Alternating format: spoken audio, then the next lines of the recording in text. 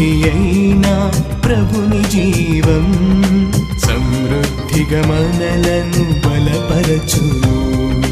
సమృద్ధి అయినా ప్రభుని జీవం సమృద్ధిగా మనలను బలపరచును. అలసిన హృదయాలకు ఇది సమృద్ధి జీవం. విరిగిన హృదయాలకు వాక్యామృత జీవం. ఓ నేస్తమా వీక్షించుమా యేసులో సమృద్ధి జీవం. ఓ నేస్తమా వీక్షించుమా యేసులో సమృద్ధి జీవం. యేసులో సమృద్ధి జీవం. యేసులో సమృద్ధి జీవం. యేసులో సమృద్ధి జీవం. యేసులో సమృద్ధి జీవం. సమృద్ధి జీవం. సమృద్ధి జీవం. సమృద్ధి జీవం. సమృద్ధి జీవం.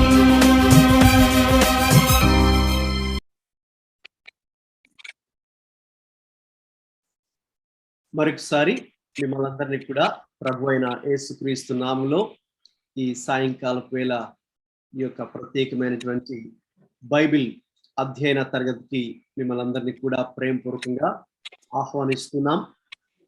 మరి మీరు అక్కడ స్లైడ్ మీద చూస్తున్నట్టుగా ఇది మనకు 19వ వారం, మరి ఏప్రిల్ 1వ తారీఖున ప్రారంభించినటువంటి యొక్క ఆన్లైన్ బైబిల్ క్లాసెస్ ప్రభు యొక్క కృప వలన మరి ఇంతవరకు కూడా మరి మనం 18 వారములు ముగించుకున్నాం. ఈ దినాన జరిగేది 19వ మరి బైబిల్ క్లాస్. దీనికి మరొకసారి మిమ్మల్ని అందరినీ కూడా మరి ఎవరైతే మొదటి నుంచి ఉంటున్నారో అలాగే ఈ దినాన్న నూతనంగా ఈ యొక్క బైబిల్ క్లాస్ లో జాయిన్ అవుతున్నటువంటి మీ అందరికీ కూడా ప్రభు అయిన యేసుక్రీస్తు నామములో మరి అబండెంట్ లైఫ్ బైబిల్ కాలేజ్, సమృద్ధి జీవపు మరి బైబిల్ కాలేజ్ తరఫున మిమ్మల్ని అందరినీ కూడా మరి ప్రేమపూర్వకంగా ఆహ్వానిస్తున్నాం. మరి దినాన్న మరి మనం మీరందరూ కూడా మరి ప్రార్థన పూర్వకంగా మరి సిద్ధపాటుతో మీరందరూ ఉన్నారని నేను తలస్తున్నాను.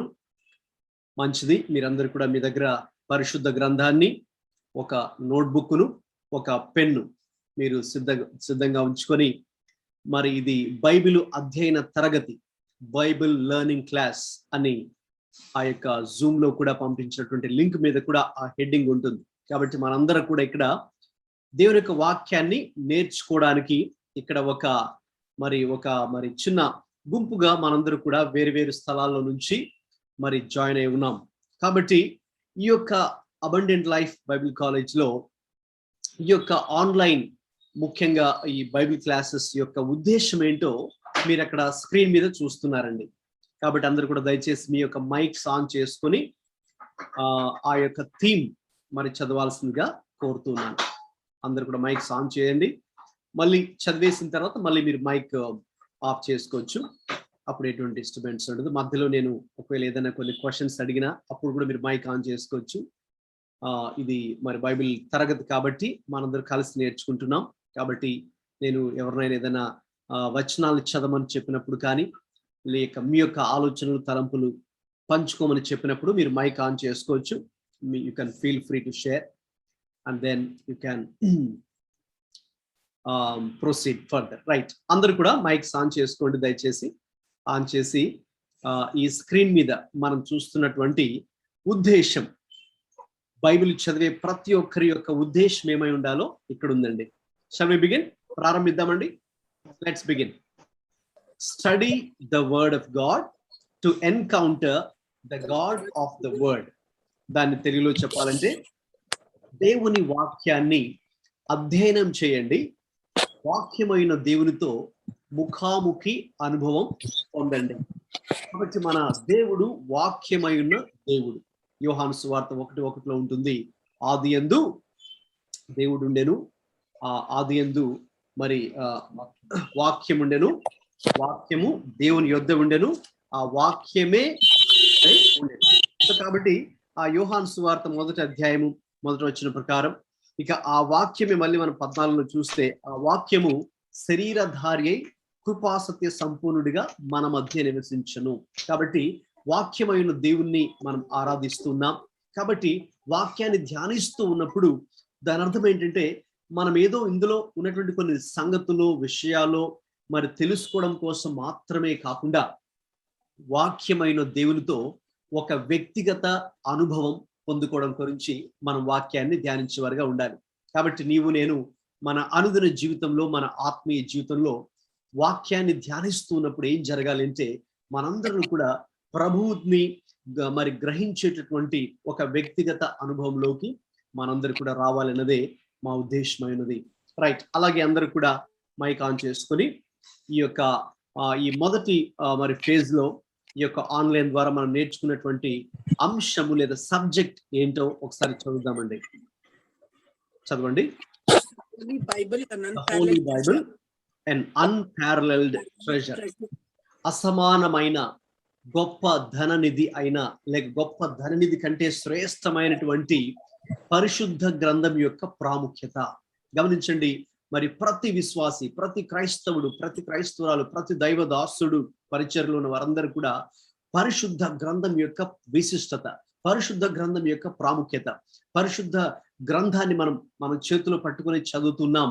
అయితే దీని యొక్క మరి అద్వితీయత, the uniqueness of Jesus Christ like uniqueness of the Bible మరి గనక గ్రహిస్తే నిజంగా మనం ఎంతో ఆశ్చర్యపోతాం. మన చేతిలో ఉన్నది కేవలం ఒక పుస్తకం కాదు, కానీ 66 పుస్తకముల సముదాయ గ్రంథ రాజ్యము అని ఒక దైవజనుడు చెప్పారు. సో కాబట్టి ఇటువంటి అద్భుతమైన పుస్తకాన్ని మన చేతుల్లో కలిగి ఉన్నాం. అయితే మనలో ఎంతమందికి దీని యొక్క విశిష్టత కానీ, అద్వితీయత కానీ, ప్రత్యేకత కానీ, దీని యొక్క విలువ కానీ మనం గ్రహిస్తున్నామో, అందుకే మరి ప్రతి ఒక్కరిని కూడా మరి ముఖ్యంగా దేవుని యొక్క వాక్య ధ్యాన విషయంలో పురికొల్పడానికి, ప్రేరేపించడానికి మరి ప్రభు మరి ప్రేరేపించగా ఈ యొక్క ఆన్లైన్ క్లాసెస్ మరి ప్రారంభించడం జరిగింది. ఎందుకంటే ఒక సర్వేలో తేలిన విషయం ఏంటంటే మరి చాలా మంది విశ్వాసులు మరి ఏదో కేవలం ఆదివారం మాత్రమే చదవడం, వాక్యాన్ని లేక చర్చ్కి వెళ్ళడం, వినడం అంతటితోనే సంతృప్తి చెందుతున్నారు. కానీ అనుదిన వాక్య ధ్యానం అనే అనుభవం చాలా తక్కువ మంది కలిగి ఉన్నారంట. మరి అందుకే ఇటువంటి ఆన్లైన్ మరి బైబిల్ అధ్యయన తరగతులు మనము దేవుని వాక్యం యొక్క ప్రాముఖ్యత తెలుసుకోవడానికి, అంత మాత్రమే కాకుండా మరి ఒక అలవాటు చొప్పున వాడుక ప్రకారముగా అనుదినము ఏ రీతిగా వాక్యాన్ని ధ్యానించాలో, మరి చాలా మందికి ఎలా వాక్యం ధ్యానించాలో కూడా తెలియదు, ఎలా అర్థం చేసుకోవాలో తెలియదు. చదవడానికి అయితే చదువుతున్నాం, అయితే దీన్ని ఎలా అర్థం చేసుకోవాలి, ఏ అంశాలు మనం పరిశీలించాలి, దీన్ని ఎలాగ మనము వ్యాఖ్యానించాలి. ఒక అధ్యాయాన్ని కానీ ఒక వచనాన్ని కానీ మీరు తీసుకుంటే దీన్ని ఏ ఆధారాలతో మనం విభజించాలి. ఎందుకంటే పౌలు తిమోతికి చెప్పిన ఆజ్ఞ ఏంటంటే నీవు సత్యవాక్యంను సరిగా విభజించువానిగాను ఉపదేశించువానిగాను ఉండాలి. కాబట్టి ఈ యొక్క ఆన్లైన్ క్లాసెస్ ద్వారా ఏ రీతిగా మనం ఈ సత్యవాక్యాన్ని ప్రభు మన చేతుల్లోకి, మన భాషలో ఉన్నటువంటి ఈ యొక్క పరిశుద్ధ గ్రంథాన్ని ప్రభు ఇచ్చి ఉండగా మనం దీన్ని ఎలా అధ్యయనం చేయాలి, ఆ అధ్యయన పద్ధతులు ఏంటి, ఆ స్టడీ మెథడ్స్ రీతిగా ఏ రీతిగా దీన్ని మనము అనువదించాలి లేక వ్యాఖ్యానించాలి, ఆ యొక్క బైబిల్ ఇంటర్ప్రిటేషన్ కి సంబంధించినటువంటి పద్ధతులు అన్ని కూడా, నియమాలు కూడా చాలా ఉన్నాయి. అందుకే మరి ఈ యొక్క అంశము, ఈ యొక్క సబ్జెక్ట్ యొక్క ఆన్లైన్ క్లాసెస్ ద్వారా మనందరికీ కూడా మరి మనము విశ్వాసులమైన లేక పరిచర్లో ఉన్నటువంటి దైవదాసులమైన ఎంతగానో అద్భుతమైన రీతిలో మనకు ఉపయోగపడతాయి. ఒక విధంగా ప్రభువు మరి ఇంతవరకు నాకు నేర్పించినటువంటి సంగతులు, ఇంకా ప్రభు నాకు నేర్పిస్తున్నటువంటి సంగతులను ఆధారం చేసుకొని నేను మీతో మరి ప్రార్థనాపూర్వకంగా మరి ఒక క్లాసెస్ తీసుకుంటుండగా మనందరూ కూడా it will be a great learning experience. Right, ఒక దైవజనుడు ఈ రీతిగా చెప్పారండి. ఎవరైనా దయచేసి మైక్ ఆన్ చేసుకుని చదవండి ఆ quotation. If you are serious about changing your life, you are going to have to get into the Bible. You need to read it, study it, memorize it, meditate on it and apply it. చాలా మందితో నేను మాట్లాడుతున్నప్పుడు మరి చాలా మందికి మారాలని ఆశ ఉంటదండి. నేను బ్రదర్ ఫలానా విషయంలో మారాలండి, లేకపోతే నేను ఇంకా దేవుని తెలుసుకోవాలండి, ఇంకా ఆత్మీయంగా ఎదగాలండి, ప్రార్థన చేయండి మా కోసం అని అంటూ ఉంటారు. మంచిదే, మరి ఇతరుల కోసం మనం ప్రార్థన అవసరం చెప్పి నా ఆత్మ ఎదుగుదల కోసం ప్రార్థన చేయండి అని చెప్పడం మంచిదే. అయితే ఒకటి గమనించండి, ఎవరికి వారుగా వ్యక్తిగతంగా నిజంగా మీ జీవితాన్ని కనుక మీరు చూస్తే, మీ జీవితంలో గొప్ప మార్పు, దైవిక మార్పు మీరు చూడాలి అంటే దానికి వేరే షార్ట్ కట్ అంటూ ఏమీ లేదు. కానీ మీరు you need to get in to the Bible. మీరు అక్కడ స్లైడ్ మీద ఆ దైవజనులు చెప్పినటువంటి ఆ కొటేషన్ మీరు చూస్తున్నారు కదండి, to get in to the Bible. మీరు దేవుని యొక్క వాక్యంలోకి మనం వెళ్ళాలి. వెళ్ళి ఏం చేయాలి? Read it, study it, memorize it, meditate it and apply it. మనం దాన్ని చదవాలి, అధ్యయనం చేయాలి, కంఠస్థం చేయాలి, ధ్యానించాలి. అంత మాత్రమే కాదు, దానికి అన్వయింపు చేసుకోవాలి, దాని ప్రకారంగా నడుచుకోవాలి. అప్పుడు మాత్రమే వాట్ హ్యాపెన్స్, ఏం జరుగుతుందండి? Your life will be changed, your life will be transformed. మన జీవితం అనేది అద్భుతమైన రీతిలో మార్పు జరుగుతుందండి. కాబట్టి మార్పును ఎవరు తీసుకొస్తారంటే ఏదో మనము ప్రయత్నం చేసి మారాలి అనేది కాదు. కానీ ఒక వ్యక్తి వాక్యం యొద్దకు వెళితే, వాక్యంలోనికి వెళితే, వాక్యాన్ని ధ్యానిస్తే క్రమమైన రీతిలో వాక్యమే ఒక వ్యక్తిని మారుస్తుంది. రైట్? ఎవరిని మార్చలేరు, కానీ వాక్యమే ఒక వ్యక్తి జీవితాన్ని మార్చివేస్తుంది. వాక్యానికి అంత శక్తి ఉందండి, వాక్యానికి అంత బలం ఉందండి. ఎందుకంటే నేను కూడా దీన్ని వ్యక్తిగతంగా ఎరిగిన వ్యక్తిగా మరి నా చిన్న అనుభవంలో ఈ విషయాన్ని మీకు కూడా చెప్పడం జరుగుతుంది. ఏ రీతిగా నేను ఎప్పుడైతే వాక్యాన్ని ధ్యానించడం ప్రారంభించానో, వాక్యాన్ని చదవడం ప్రారంభించానో, ప్రార్థనా పూర్వకంగా వాక్యం యొద్దకు వెళ్ళడం జరుగుతున్నదో, మరి అప్పుడు ప్రభు నా జీవితాన్ని కూడా ఏ రీతిగా మారుస్తూ ఇంకా ఆయన యొక్క స్వరూపంలోకి మారుస్తున్నాడు. That is even my experience and so be your experience as well. Right? So కాబట్టి ఆ ఉద్దేశంతో, ఆ కోణంలో మనందరూ కూడా వాక్యాన్ని ప్రాక్టికల్ గా చదివేవారుగా మనందరూ ఉందాం. మరి ఏప్రిల్ 1వ తారీఖున ప్రారంభించినటువంటి యొక్క ఆన్లైన్ బైబిల్ క్లాసెస్ మరి ఇంతవరకు కూడా మరి 18 వారములు మనం ముగించుకున్నాం. ఆ స్లైడ్ మీద మీరు అన్ని కూడా చూస్తున్నారు. ఒక్కొక్క సెషన్, ఒక్కొక్క టీచింగ్ సెషన్ లో ఏ అంశాలు ఇక్కడ మరి మీకు బోధించడం జరుగుతూ ఉన్నదో, లేక మనందరూ కలిసి చర్చిస్తూ నేర్చుకుంటూ ఉన్నాము, ఆ విషయాలన్నీ కూడా మనము ప్రతి సెషన్ కూడా ఒక 2 సెషన్స్ తప్ప అన్ని కూడా రికార్డ్ చేయడం జరిగింది. వాటన్నిటిని కూడా మరి ఎవరైతే వాటిని అడుగుతూ ఉన్నారో వారికి ఆ యొక్క యూట్యూబ్ లో అప్లోడ్ చేసినటువంటి యొక్క టీచింగ్ సెషన్స్ లింక్స్ కూడా పంపించడం జరుగుతుంది. కాబట్టి ఒకవేళ మీరు కొత్తగా ఎవరైనా ఈ దినాన్ని జాయిన్ అయినట్లయితే దయచేసి మీ యొక్క వాట్సాప్ నంబర్ నాకు మెసేజ్ చేయగలిగినట్లయితే మీకు ఏ సెషన్స్ రికార్డింగ్స్ కావాలో కూడా మెన్షన్ చేసినట్లయితే అవన్నీ కూడా మీకు పంపించడం జరుగుతుంది.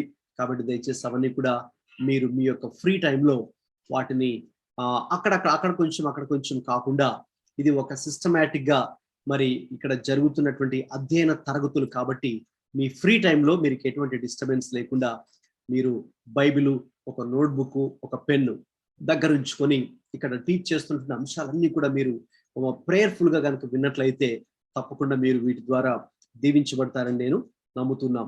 మరి గత వారం మనం ఇక్కడ అధ్యయనం చేస్తున్న అంశాలు మీరు ఇప్పుడు అక్కడ స్క్రీన్ మీద చూస్తూ ఉన్నారు.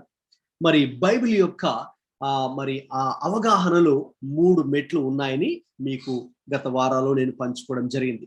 ఆ 3 మెట్లు కూడా ఎవరైనా సరే మరి వాక్యాన్ని, బైబిల్ గ్రంథాన్ని సులువుగా అర్థం చేసుకోవాలంటే మనందరికీ అర్థమయ్యే విధానంలో మరి 3 మెట్లు ఉన్నాయి. మొట్టమొదటిది అది అబ్జర్వేషన్, అది పరిశీలన. అంటే మనం చాలా జాగ్రత్తగా కొన్ని పరిశీలించాలి. ఏది పరిశీలించాలి? ఇప్పుడు నేను మళ్ళీ ఆ డీటెయిల్స్ లోకి ఇప్పుడు వెళ్ళను, కానీ గత సెషన్స్ లో వాటిని స్టడీ చేశాం. ఆ యొక్క లింక్స్ మీరు గనక ఓపెన్ చేసి చూడగలిగితే అవన్నీ కూడా మీరు చూస్తారు. ఏది మనము అబ్జర్వ్ చేయాలి ఒక వాక్య భాగాన్ని చదువుతున్నప్పుడు. రెండవ స్టెప్ ఏంటంటే ఎవరైనా చెప్పగలరా? రెండవ step, what is the second step in understanding the Bible? Interpretation. Right అండి, ఇంటర్ప్రిటేషన్. రెండవది బైబిల్ వ్యాఖ్యానము, or how do we understand the Bible or the chapter or the text. So రెండవది చాలా చాలా ప్రాముఖ్యం. ఇంటర్ప్రిటేషన్ అంటే ఒక వాక్యాన్ని, ఒక అధ్యాయం మనం చదివినప్పుడు, లేక ఒక వచనాన్ని మనం చదివినప్పుడు దాన్ని ఎలా మనము వ్యాఖ్యానించాలి. ఎందుకంటే ఎవరికి నచ్చినట్టుగా వాళ్ళు అర్థం చేసుకొని ఎవరికి నచ్చినట్టుగా దాని గురించి చెప్పుకుంటూ వెళ్తే అది ప్రమాదమే కదా. బైబిల్ అంటూ ఒక ఉద్దేశం ఉంటుంది. అంటే పరిశుద్ధాత్మ దేవుడు ఒక వాక్య భాగాన్ని వ్రాయించినప్పుడు దేవుని హృదయంలో లేక దేవుని మనసులో ఒక ప్రాథమిక ఉద్దేశం ఉంటుంది. అదే authors intended meaning. Hour aim should be to get that AIM. Aim ఏంటి? దాన్ని యాక్రోనిమ్ గా కూడా మనం చూడాలి అంటే ఆథర్స్ ఇంటెండెడ్ మీనింగ్, గ్రంథకర్త యొక్క ప్రాథమిక ఉద్దేశం. మరి బైబిల్ గ్రంథకర్త ఎవరు? ప్రభు సుమారు 40 మంది గ్రంథకర్తలను ఎంపిక చేసుకుని ఆయా కాలాలలో, ఆయా సమయాలలో, ఆయా సందర్భాలలో ప్రభు రాయించినప్పటికీ కూడా దీని వెనుక అసలు గ్రంథకర్త ఒక్కరే. ఎవరంటే దేవుడే, లేక పరిశుద్ధాత్మ దేవుడే రాయించారు. కాబట్టి ఆయన హృదయంలో, మనస్సులో ఉన్నటువంటి అసలు ఉద్దేశాన్ని మనము గ్రహించగలుగుతాం. అందుకే మనం దీనికి కొంత సమయాన్ని కేటాయించాలండి. దీనికి మనం కొంత సమయాన్ని కేటాయించాలి. You need to spend some quality time in order to understand or how to interpret. So కాబట్టి ఇదేదో మనకి వెంటనే ఫాస్ట్ ఫుడ్ తినేసినట్టు మనకు ఉండకపోవచ్చు. అందుకే మీరు సిస్టమేటిక్ గా ఒక క్రమశిక్షణ కలిగి మీ జీవితంలో అనుదినం కూడా వాక్యాన్ని ధ్యానిస్తున్నప్పుడు ఇవన్నీ కూడా ఈ క్లాస్ లో మనం నేర్చుకుంటున్నటువంటి యొక్క నియమాలు, ఈ యొక్క principles or rules of interpretation ఏవైతే ఉన్నాయో ఇవి దిస్ ఇస్ ఫర్ లైఫ్ అండి. ఇదేదో ఈ 3 నెలల కోసమో 1 ఇయర్ కోసమో కాదు. మనం మీరు వింటున్నవి ఇక మీ జీవితానికి లైఫ్ లాంగ్ ఇక్కడ మనకు ఉపయోగపడేది మన అనుదిన వాక్య ధ్యానంలో, రైట్? సో ఈ రూల్స్ ఆఫ్ ఇంటర్ప్రిటేషన్ లో 2 విభాగాలుగా మనం చేశామండి. 6 సాధారణ నియమాలు. There are 6 general rules of interpretation. అలాగే 8 ప్రత్యేకమైనటువంటి వ్యాఖ్యాన నియమాలు. There are 8 special rules of interpretation, right? So గత క్లాస్ లో మరి లాస్ట్ ది మనం అక్కడ చూసాం. ఆ 6 జనరల్ రూల్స్ లో ఆ 6 కూడా మరి మనము స్టడీ చేసాం. అంత మాత్రమే కాదు, పోయిన వారం మనము ఆ స్పెషల్ రూల్స్ ఆఫ్ ఇంటర్ప్రిటేషన్ లో కూడా మనము ఎంటర్ అయిపోయాం. అందులో 8 ఉన్నాయి. దేర్ ఆర్ 8 స్పెషల్ రూల్స్ అని చెప్పుకున్నాం. అందులో నెంబర్ 1 పారబుల్స్, ఉపమానము అనే సెక్షన్ కూడా లాస్ట్ క్లాస్ లో మనము కంప్లీట్ చేశాం. ఈ రోజు మరి 2వ మరి టాపిక్ లోకి వెళ్దాం. ఆ స్పెషల్ రూల్స్ లో 2వ రూల్ లోకి మరి మనం వెళ్దాం. దానికన్నా ముఖ్యంగా ఆ స్లైడ్ మీద మీరు చూస్తున్నది, మీరు చూస్తుంటే ముందు కూడా చూశారు. కాబట్టి గమనించండి, ఈ ఇంటర్ప్రిటేషన్ అనేది చాలా చాలా ప్రాముఖ్యం. ఏ రీతిగా ఒక అధ్యాయాన్ని కానీ, ఒక వచనాన్ని కానీ, ఒక పుస్తకాన్ని మరి మనము అర్థం చేసుకుంటూ ఉన్నాం. అది చాలా ప్రాముఖ్యమైనది. ఒకవేళ అక్కడ మనం తప్పు చేసినట్టయితే, లేక వాక్యాన్ని సరైన రీతిలో అవగాహన చేసుకొనకపోతే, రాంగ్ ఇంటర్ప్రిటేషన్ లోకి గనక మనం వెళ్తే, తప్పుడు వ్యాఖ్యానంలోకి గనక మనం వెళ్ళామనుకోండి, మనం వేసిన ఆ మొదటి తప్పుడు అడుగే ఇక చివరికి ఎక్కడికి నడిపిస్తుందంటే మీరు చూస్తున్నారు కదండి. నెంబర్ 1, 2, 3, 4 అలాగా 1 మెట్టు తర్వాత ఒకటి కిందకి మనం దొర్లుకుంటూ కింద పడిపోతాం. ఆ 6వ మెట్టు చివరిది ఏంటంటే కల్ట్, అంటే అబద్ధ బోధలు. లేక మనము ప్రస్తుతం మన క్రైస్తవ సమాజంలోనే చూస్తున్నటువంటి దుర్బోధలు ఎన్నెన్నో వేల కొలది ఉన్నాయండి, డినామినేషన్స్. వాటిలో మీకు కూడా చాలా మటుకు తెలుసు. సో ఇవన్నీ కూడా ఎలా ప్రారంభించబడ్డాయి? వీరందరూ క్రైస్తవులే కదా, మరి వీళ్ళు కూడా బైబిల్ని ఆధారం చేసుకుని మాట్లాడతారు కదా. మరి ఎందుకు ఈ రీతిగా దుర్బోధలు ప్రారంభించబడ్డాయంటే, ఇవన్నీ కూడా ఆ మొదటి మెట్టుతోనే, తప్పుడు అడుగుతోనే ప్రారంభించబడ్డాయి. దేవుని లేఖనములను తప్పుగా అవగాహన చేసుకొనుట, రాంగ్ ఇంటర్ప్రిటేషన్ తో ప్రారంభించబడ్డాయి. ఇక చివరికి అది ఇక దుర్బోధలుగా ప్రారంభించబడింది. కాబట్టి ఎందుకు మనం ఈ సబ్జెక్ట్ ఈ ఆన్లైన్ ద్వారా నేర్చుకుంటూ ఉన్నామంటే, తద్వారా మనం విశ్వాసులమైన లేక మనం బోధకులమైన మరి దేవుని యొక్క వాక్యాన్ని సరిగా అర్థం చేసుకోవడానికి, సరిగా విభజించడానికి, సరిగా మనం ఉపదేశించడానికి ఉపయోగకరమైనటువంటి ఆ యొక్క వ్యాఖ్యాన నియమాలు మనము నేర్చుకోవడానికి ఇక్కడ మనందరూ కూడా కూడుకొని ఉన్నాం. మరి ఈ దినాన్న మనము ఆ యొక్క ప్రత్యేకమైనటువంటి బైబిల్ వ్యాఖ్యాన 8 నియమాలలో గత వారం మొదటిది ఆ ఉపమానముల గురించి మనము నేర్చుకున్నాం. ఉపమానం అనగా ఏంటి? బైబిల్లో సుమారు 40% పైగా, ముఖ్యంగా క్రొత్త నిబంధనలో మరి మొదటి 4 సువార్తల్లో మరి ప్రభు అనేక ఉపమానం ఉపయోగించి దేవుని యొక్క పరలోకపు సత్యాన్ని ఆయన తెలియచేశారు. ఆ విషయాలు మరి మనము గత వారంలో కూడా చేశాం. ఒక ఎక్సర్సైజ్ కూడా మనందరూ కూడా కలిసి గ్రూప్ గా చేశాం. దాన్ని ఎలా బేసిక్ గా అర్థం చేసుకోవాలో, ఉపమానం యొక్క అసలు విషయాలు ఏంటో నేర్చుకున్నాం. మరి ఈ దినాన్న మరి మనం ఇంకా నేరుగా ఆ యొక్క స్పెషల్ రూల్ నెంబర్ 2 లోకి మరి మనము వెళ్దాం. మీరందరూ కూడా ఆ స్లైడ్ మీద చూస్తున్నట్టుగా ఈ స్పెషల్ రూల్ నెంబర్ 2 ఏంటంటే ప్రావర్బ్స్, రైట్? సామెతలు. ఓకే, ఎవరైనా మైక్ ఆన్ చేసుకుని ఆ మొట్టమొదటి 2 లైన్స్ చదవండి దయచేసి.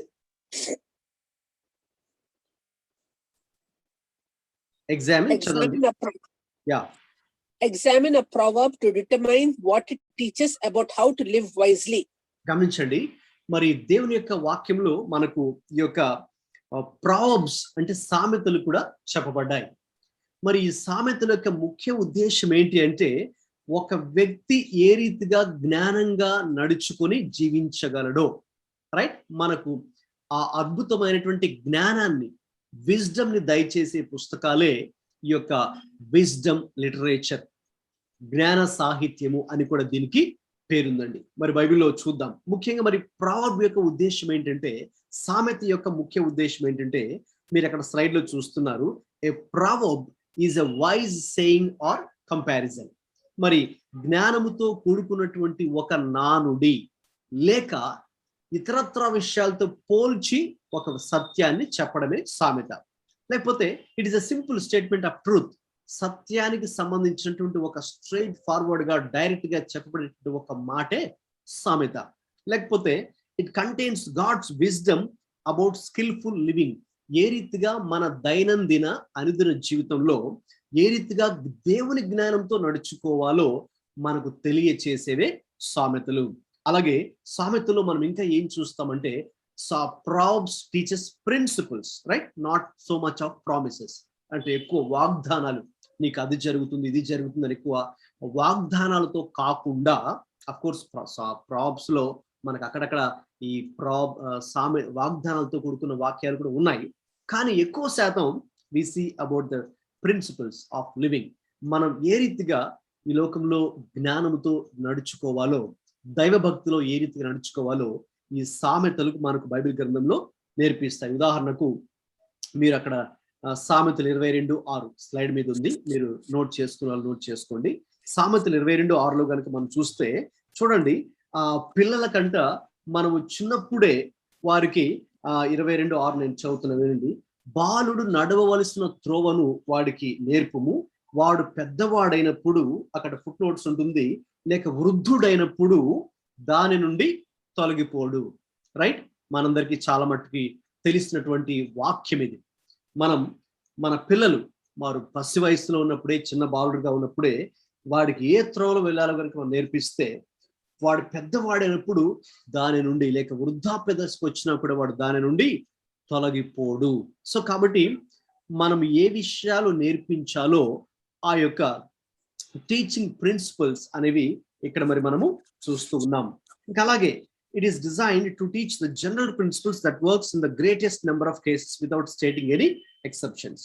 కాబట్టి మరి అన్ని విషయాల్లో కూడా మరి ఎటువంటి విషయాల్లో మరి మనము జాగ్రత్తలు తీసుకోవాలో అవన్నీ కూడా మరి మనకు సామెతల్లో కనిపిస్తూ ఉంటాయి. చాలా సార్లు సామెతలు ఏ రీతిగా ఉంటాయంటే, ఒక వస్తువుతో పోల్చడము, లేక ఒక స్థలంతో పోల్చడము, లేకపోతే ఒక వ్యక్తితో పోల్చడము, ఆ రీతిగా ఒక సత్యాన్ని చెప్పడానికి, కన్వే చేయడానికి, ట్రూత్ ని కన్వే చేయడానికి there will be different of comparisons and contrast. అంటే పాజిటివ్ గాను నెగిటివ్ గాను రెండు విధాల్లో కూడా ఒక మనిషి జ్ఞానంగా ఏ రీతిగా ఉండగలడు, దానికి ఆపోజిట్ మూర్ఖంగా కూడా ఏ రీతిగా ఉండగలడు. Right? Both wisdom and foolishness. Wise గా ఏ రీతిగా ఉండగలడు ఒక వ్యక్తి, లేక ఎటువంటి వ్యక్తి మూర్ఖుడు అని కూడా పిలువబడతాడు. మనకు చాలా ఉదాహరణలు బైబిల్లో ఉన్నాయి. రైట్? ఇక తర్వాత ఈ సామెతల్లో మనం ఇంకా ఎటువంటి నియమాలు మనం చూడగలమంటే, ఒక వ్యక్తి తన జీవితంలో దేవుణ్ణి అనుసరించే వ్యక్తి ఏ రీతిగా తన జీవితాన్ని కట్టుకుంటాడు, ఒక క్రమాన్ని, ఎటువంటి క్రమాన్ని కలిగి ఉంటాడు కూడా మనం అక్కడ చూడగలం. అలాగే దేవుణ్ణి విసర్జించిన వ్యక్తి, భయభక్తులు లేకుండా జీవించే వ్యక్తి కూడా ఏ రీతిగా మూర్ఖంగా జీవిస్తాడో కూడా మనకు బైబిల్లో చాలా విషయాలు వ్రాయబడ్డాయి.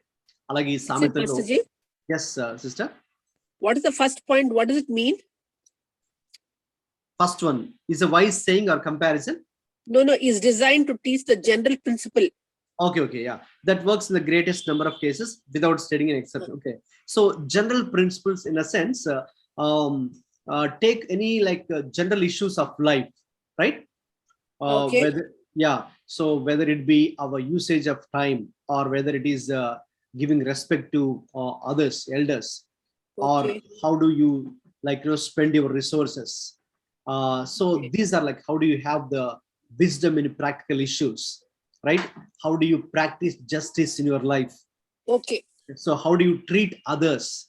So so many of general principles, we even derive from the Bible, right? So that's very interesting. చెప్పాలంటే చూడండి, చాలా మటుకు బయట మనం ఏదైతే కాన్స్టిట్యూషన్ లో చూస్తూ ఉన్నామో, కాన్స్టిట్యూషన్ లో కానీ, లేకపోతే if you are into judiciary or law, if you have studied law, okay, or judiciary, or if you think of any ethics, general, even secular world also practices medical field lo medical ethics antaru, right? Alaga each department or each section lo they have their own unique kind of principles, right? So ivi ganaka meer general ga teeskuntenandi, most of them, even you see these days, they conduct enti manam leadership seminars అని conduct చేస్తూ ఉంటారు. Secular పీపులే, నేను Christians గురించి మాట్లాడట్లేదు. Secular world లో, corporate world లో కూడా ఓకే, వాళ్ళ ఎంప్లాయీస్ కి దే కండక్ట్ కొన్ని వర్క్ షాప్స్ కానీ సెమినార్స్ కానీ పెడుతూ ఉంటారు. లీడర్షిప్ కానీ, లేకపోతే కమ్యూనికేషన్ స్కిల్స్ కానీ, టైం మేనేజ్మెంట్ కానీ, లేకపోతే గుడ్ స్టూవర్డ్షిప్ కానీ, రైట్? సో ఇవన్నీ కూడా most of them they are derived from the Bible itself, right? Have you observe? Observe చేశారండి? చాలా మటుకు అఫ్ కోర్స్ వాళ్ళు ఇందులో నుంచి ప్రిన్సిపల్ తీసుకుని వాళ్ళు దే డోంట్ మెన్షన్ యాక్చువల్లీ ఇది బైబిల్లో నుంచి తీసుకున్నాను అని రెఫరెన్స్ అని చెప్పరు వాళ్ళు, right? They just take the general principle, right? What is there in the బైబిల్లో ఉన్నటువంటి ఆ జనరల్ ప్రిన్సిపల్స్ తీసుకొని చాలా మంది మాట్లాడుతుంటారు. అఫ్ కోర్స్ అది క్రిస్టియన్ గ్యాదరింగ్ అనుకోండి, అప్పుడు ఆబ్వియస్ గా ఆ రిసోర్స్ పర్సన్ లేక స్పీకర్ ఎవరైతే ఉన్నారో వాళ్ళకి డైరెక్ట్ గా ఇది బైబిల్లో నుంచి అని చెబుతారు. కానీ చాలా మంది అలా కోట్ చేయరు, జనరల్ గా మాట్లాడుకుంటూ వెళ్తుంటారు. So motivational speakers. Yes, and yes, motivational speakers. Yes, most of it motivation actually comes from the Bible actually. Yes. Whatever you talk it, right? Encouragement, or lifting somebody's soul, or whatever it may be, success or failure, so many things like that. So avanni kuda there are mostly book of Proverbs lo make a wisdom literature ani unnatundi section lo Bible lo unnai, right? That's what we are actually talking about. Okay, so and then at certain places Proverbs lo many figures of speech, adi alankara bhashalo రూపకములో రాయబడినటువంటి విషయాలు కూడా మరి మనము ఈ యొక్క ఇందులో చూస్తాం. Okay, so certain examples also given there, Proverbs 1:7. Okay, ఇప్పుడు ఎక్కువ శాతం మనం ఈ యొక్క Proverbs లో చూడండి 3 things okay we can learn from Proverbs. అక్కడ మీ లిస్ట్ లో చూస్తున్నారు, ఇక్కడ నాలెడ్జ్ అనేది ఒకటి ఉంది, చూస్తున్నారు కదండి, knowledge. So that is nothing but content. Second thing is understanding, అవగాహన, కాంప్రిహెన్షన్ అనేది ఉంటుంది. నెక్స్ట్ ఈ ప్రాబ్స్ ద్వారా, సామెతల ద్వారా ఒక వ్యక్తి నేర్చుకునేది ఏంటంటే జ్ఞానం, విజ్డమ్. ఓకేనండి, అగైన్ నాలెడ్జ్ కి విజ్డమ్ కి తేడా ఉందండి. ఓకే, మనకి తెలుగులో తెలివి, జ్ఞానము అని కామన్ గా వాడేస్తుంటాం, కానీ knowledge is actual different. And if you spiritual point of వ్యూలో లేక థియాలజికల్ పాయింట్ ఆఫ్ వ్యూలో మాట్లాడాల్సి వస్తే, a person can gain knowledge by gaining some information, right? But wisdom comes only from God. ఓకేనండి, అంటే మనకున్నటువంటి నాలెడ్జ్ ను కూడా రైట్ వేలో దాన్ని ఉపయోగించుకోవడానికి మనకు కావాల్సింది విజ్డమ్. ఓకే, ఆ విజ్డమ్ ఎక్కడి నుంచి వస్తుందంటే అది మనకి ఏదో బుక్స్ చదివితే రాదు, కానీ it comes from God. Okay, so the fear of God. అందుకే మనకి Proverbs 1:7 లో అది చాలా కీవర్డ్స్ గా మనం చెప్పుకుంటాం, ఏంటంటే యెహోవా యందు భయభక్తులు కలిగి ఉండుట తెలివికి మూలము, right? The fear of the lord is the beginning of wisdom. మూర్ఖులు జ్ఞానాన్ని ఉపదేశాన్ని తిరస్కరించుదురు అని ఉంటుంది అనమాట. సో కాబట్టి ఈ సామెతల ద్వారా నాలెడ్జ్, అండర్స్టాండింగ్, విజ్డమ్ అనే 3 కూడా మరి మనం పొందుకుంటాం. తెలివియు, అవగాహన, జ్ఞానము మనము పొందుకుంటాం. రైట్? సో ఇప్పుడు దాన్ని 3 కేటగిరీస్ లో మీకు అక్కడ బ్రాకెట్స్ కూడా నేను పెట్టాను చూడండి. నాలెడ్జ్ అనేది అబ్జర్వేషన్. ఇప్పుడు మనం ఈ 3 స్టెప్స్ లో ఉన్నాం కదండి. అంటే బైబిల్ని ఎలాగా మనం అవగాహన చేసుకోవాలి, ఈ 3 స్టెప్స్ 3 మెట్లు కూడా అబ్జర్వేషన్, ఇంటర్ప్రిటేషన్, అప్లికేషన్. సో ఈ మూడింటికి కనుక మనం లింక్ చూస్తే knowledge is nothing but we are observing very keenly, we are observing the text, the passage, the chapter. Okay, next ఏంటి? అండర్స్టాండింగ్. అదే ఇంటర్ప్రిటేషన్. ఇప్పుడు మనము ఫ్రమ్ ఫ్యూ వీక్స్ మనం ఇలా స్టడీ చేస్తున్నాం కదండి, rules of interpretation. We are right in the middle of this topic, understand. So we are understanding what the text is saying, we are understanding what the author is saying. మనం గ్రంథకర్త లేక పరిశుద్ధాత్మ దేవుడు దీని గ్రంథకర్త కాబట్టి ఆయన అసలు ఉద్దేశం ఏంటి అనేది we're understanding, right? We're comprehending through this principles of interpretation. ఇక తర్వాత విజ్డమ్.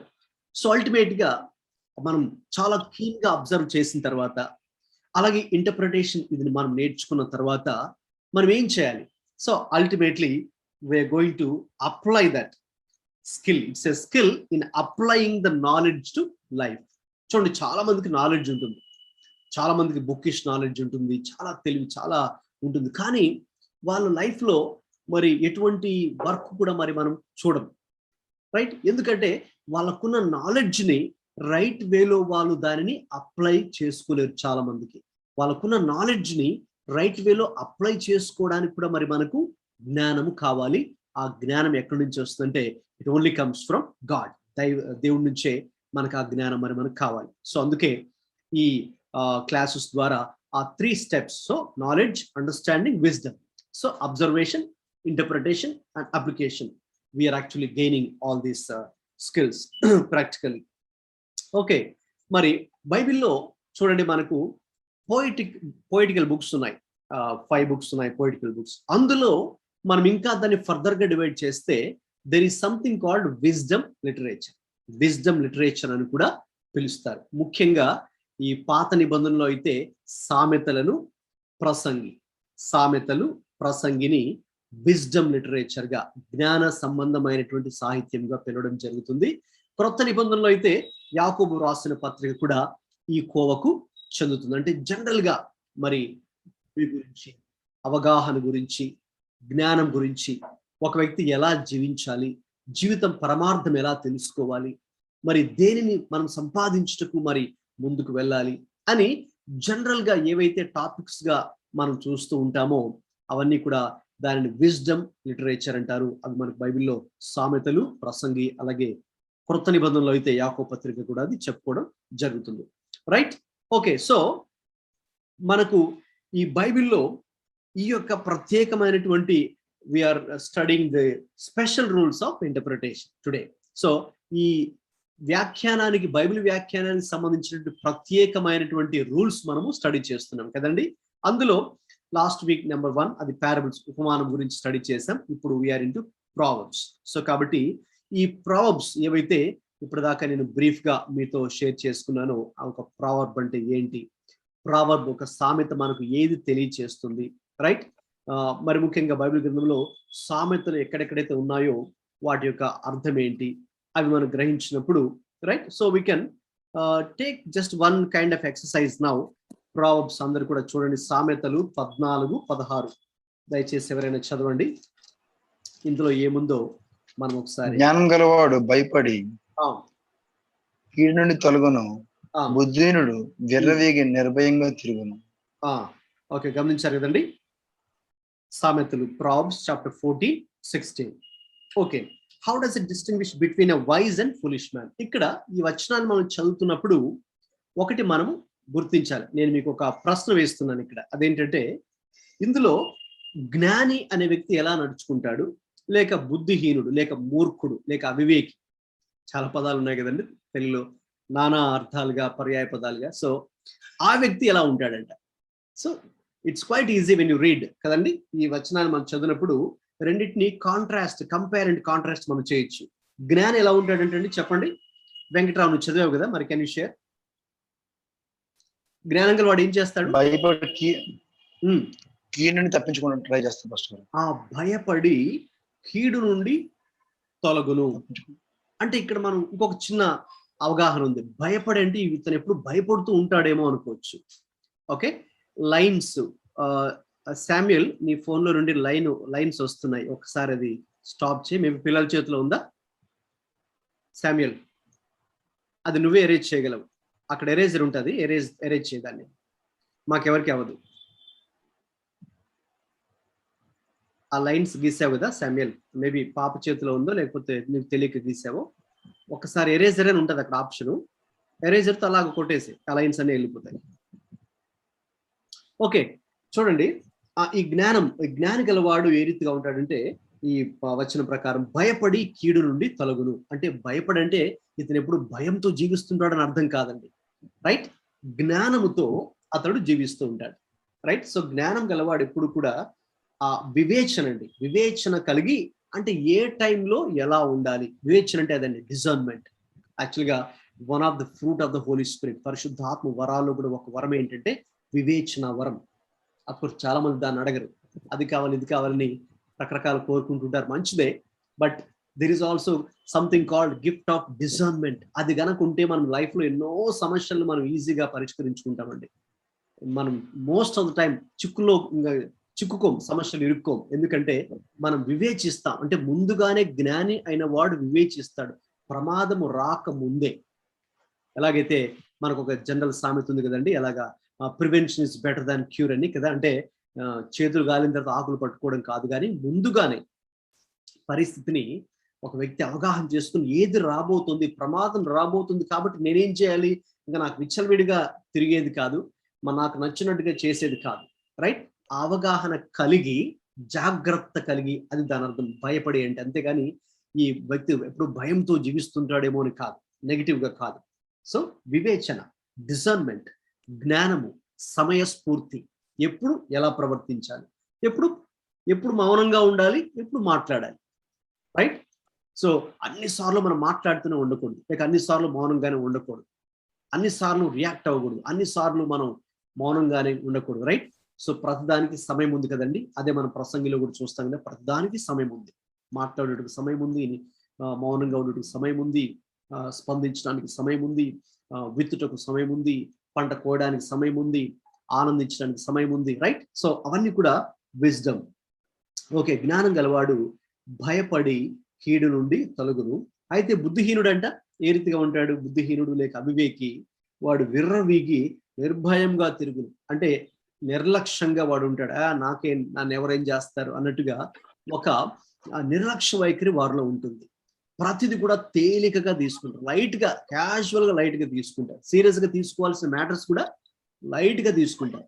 అంటే వాళ్ళలో ఎక్కువ నిర్లక్ష్యం ఉంటుంది, లేకపోతే వాళ్ళు చాలా లేజీగా, సోమరులుగా ఉంటారు, లేకపోతే ఏముందులే ఇది నన్నేం చేస్తుందిలే అనే ఒక నిర్లక్ష్య వైఖరి. అది చాలా చాలా ప్రమాదకరమైనటువంటి పరిస్థితి. చివరికి అది ఒక వ్యక్తిని ఎన్నో మరి అపార్థాలు, లేకపోతే ఎన్నో రకాల తప్పుడు నిర్ణయాలు తీసుకోవడానికి అటువంటి వైఖరి నడిపిస్తుంది. సో ఈ రీతిగా మనము ఒక వాక్య భాగాన్ని చదివినప్పుడు ముఖ్యంగా ఈ యొక్క సామెతలు లేక ప్రసంగి లేక యాకోబు పత్రిక, ముఖ్యంగా వీటిని విజ్డమ్ లిటరేచర్, జ్ఞాన సంబంధమైనటువంటి సాహిత్యము అని పిలబడుతుంది. కాబట్టి బైబిల్లో మనం ఏం చేయాలంటే ఇందులో what is the main principle, అక్కడ ఉన్నటువంటి ప్రాథమికమైనటువంటి నియమము ఏంటి అని మనం చూడాలి. అంటే ఒక్కొక్క అక్షరం మీద మనం అక్కడ ఫోకస్ పెట్టకుండా లిటరల్ గా కూడా దాన్ని తీసుకొనుకోకుండా, ఎందుకంటే అది వేరే విషయాలతో పోల్చి కూడా చెప్పడం జరుగుతుంది. అంటే మీరు చీమల దగ్గరికి వెళ్ళి నేర్చుకోండి అంటాడు కదండి, చీమల దగ్గరికి వెళ్ళి నేర్చుకోమని. సో అంటే ఏ రీతిగా అవి మరి చక్కగా, మరి యాక్టివ్గా, మరి సోమర్తనం లేకుండా, వాటిపైన అధికారం లేకుండా కూడా నమ్మకంగా, సిన్సియారిటీగా, వారి నిజాయితీగా అవి పనిచేస్తూ, కష్టపడి పనిచేస్తూ ఉంటాయి. సో మన జీవితాన్ని ఇంకొక దానితో, జంతువుతో కావచ్చు, పక్షితో కావచ్చు, వస్తువుతో కావచ్చు, వ్యక్తితో కావచ్చు, పోల్చి చెప్పడం జరుగుతుంది. సో కాబట్టి మనం దానిని ఒక్కొక్కటి అక్షరాల తీసుకోకుండా ఓవరాల్ గా, అంటే the way how we interpret this wisdom literature, ఈ సామెతల విభాగాన్ని మనం చదువుతున్నప్పుడు what is the main truth or principle behind that saying or behind that proverb. ఈ సామెత వెనుక ఉన్నటువంటి ఒక నియమం లేక ఒక సూత్రం లేక ఒక ఆజ్ఞ లేక ఒక విషయం సత్యం ఏది అనే దాని గురించి మరి మనము ధ్యానం చేయాలి. మరి అది ఎలా అర్థమవుతుంది ప్రాక్టికల్ గా అంటే, మరి ఇంతకుముందు నేను చెప్పినట్టుగా ఆ కాంటెక్స్ట్ అంటే ఒక వచనమే కాకుండా ఆ ముందు సందర్భాన్ని వెనుక అవన్నీ కూడా మనం ఓవరాల్ గా చదువుతూ ఉన్నప్పుడు ఇంకా మనం దాన్ని తప్పుగా అవగాహన చేసుకోనుకోకుండా ఆ సామెత యొక్క అసలు అర్థమేంటో, అసలు ఉద్దేశం ఏంటో మనం దాన్ని గ్రహించగలం. రైట్? సో మనం దాన్ని గ్రహించగలం. So that is about proverbs. Hope that is clear. So అది ఈ స్పెషల్ రూల్స్ కింద మనం దీన్ని స్టడీ చేస్తున్నాం. స్పెషల్ రూల్స్ లో ఉపమానములు, తర్వాత రెండవదేమో ఈ యొక్క సామెతలు. ఓకే, ఇప్పుడు మనం మూడవ విభాగంలోకి వెళ్దాం. మూడవ పాయింట్ స్పెషల్ రూల్ ఏంటంటే పోయట్రీ, పద్య భాగము. యాక్చువల్ గా దీని గురించి ఇంతకు ముందు అటెండ్ అయిన వారు అబ్జర్వేషన్లు కూడా లైట్ గా మనం దీని గురించి టచ్ చేసాం. రైట్? ఈ యొక్క పోయిటరీ గురించి కొన్ని పాయింట్లు, ఫిగర్స్ ఆఫ్ స్పీచ్ గురించి లైట్ గా టచ్ చేసాం. ఇక్కడ ఇంకొంచెం డీటెయిల్డ్ గా మనం స్టడీ చేద్దాం. ఇంటర్ప్రిటేషన్ లో మరి ఏ రీతిగా మరి మనం ముఖ్యంగా ఈ యొక్క పొయిటికల్ సెక్షన్ తీసుకుంటే కావ్య గ్రంథాలు లేక పద్య భాగము అని చెప్పొచ్చు. బైబిల్లో మరి 5 పుస్తకాలు మనకు ఉన్నాయి కాబట్టి యోబు గ్రంథము, కీర్తనల గ్రంథము, సామెతల గ్రంథము, ప్రసంగి గ్రంథము, పరమగీతము. పాత నిబంధనలో ఉన్నటువంటి ఈ 5 పుస్తకాలను పొయిటికల్ బుక్స్ అని పిలుస్తారు. ఓకే, కావ్య గ్రంథాలు, పద్య కావ్యము. సో కాబట్టి మనకు చిన్నప్పుడు ఎలాగైతే స్కూల్స్ లో పద్య భాగము, గద్య భాగము, right, prose and poetry and prose అనే రీతిగా ఉండేదో, మనకు బైబిల్లో కూడా అటువంటి లిటరేచర్, ఆ లిటరరీ స్టైల్ అనేది ఉంది. ఓకే, సో ఎవరైనా ఆ ఫస్ట్ 3 లైన్స్ చదవండి, మైక్ ఆన్ చేసుకొని. Pastor Ji, can you say the 5 things which are come under poetry, please? Yes, అండి. Book of Job. Yes. Psalms. Yes. Proverbs. Yes. Ecclesiastes. Yes. Song of Solomon.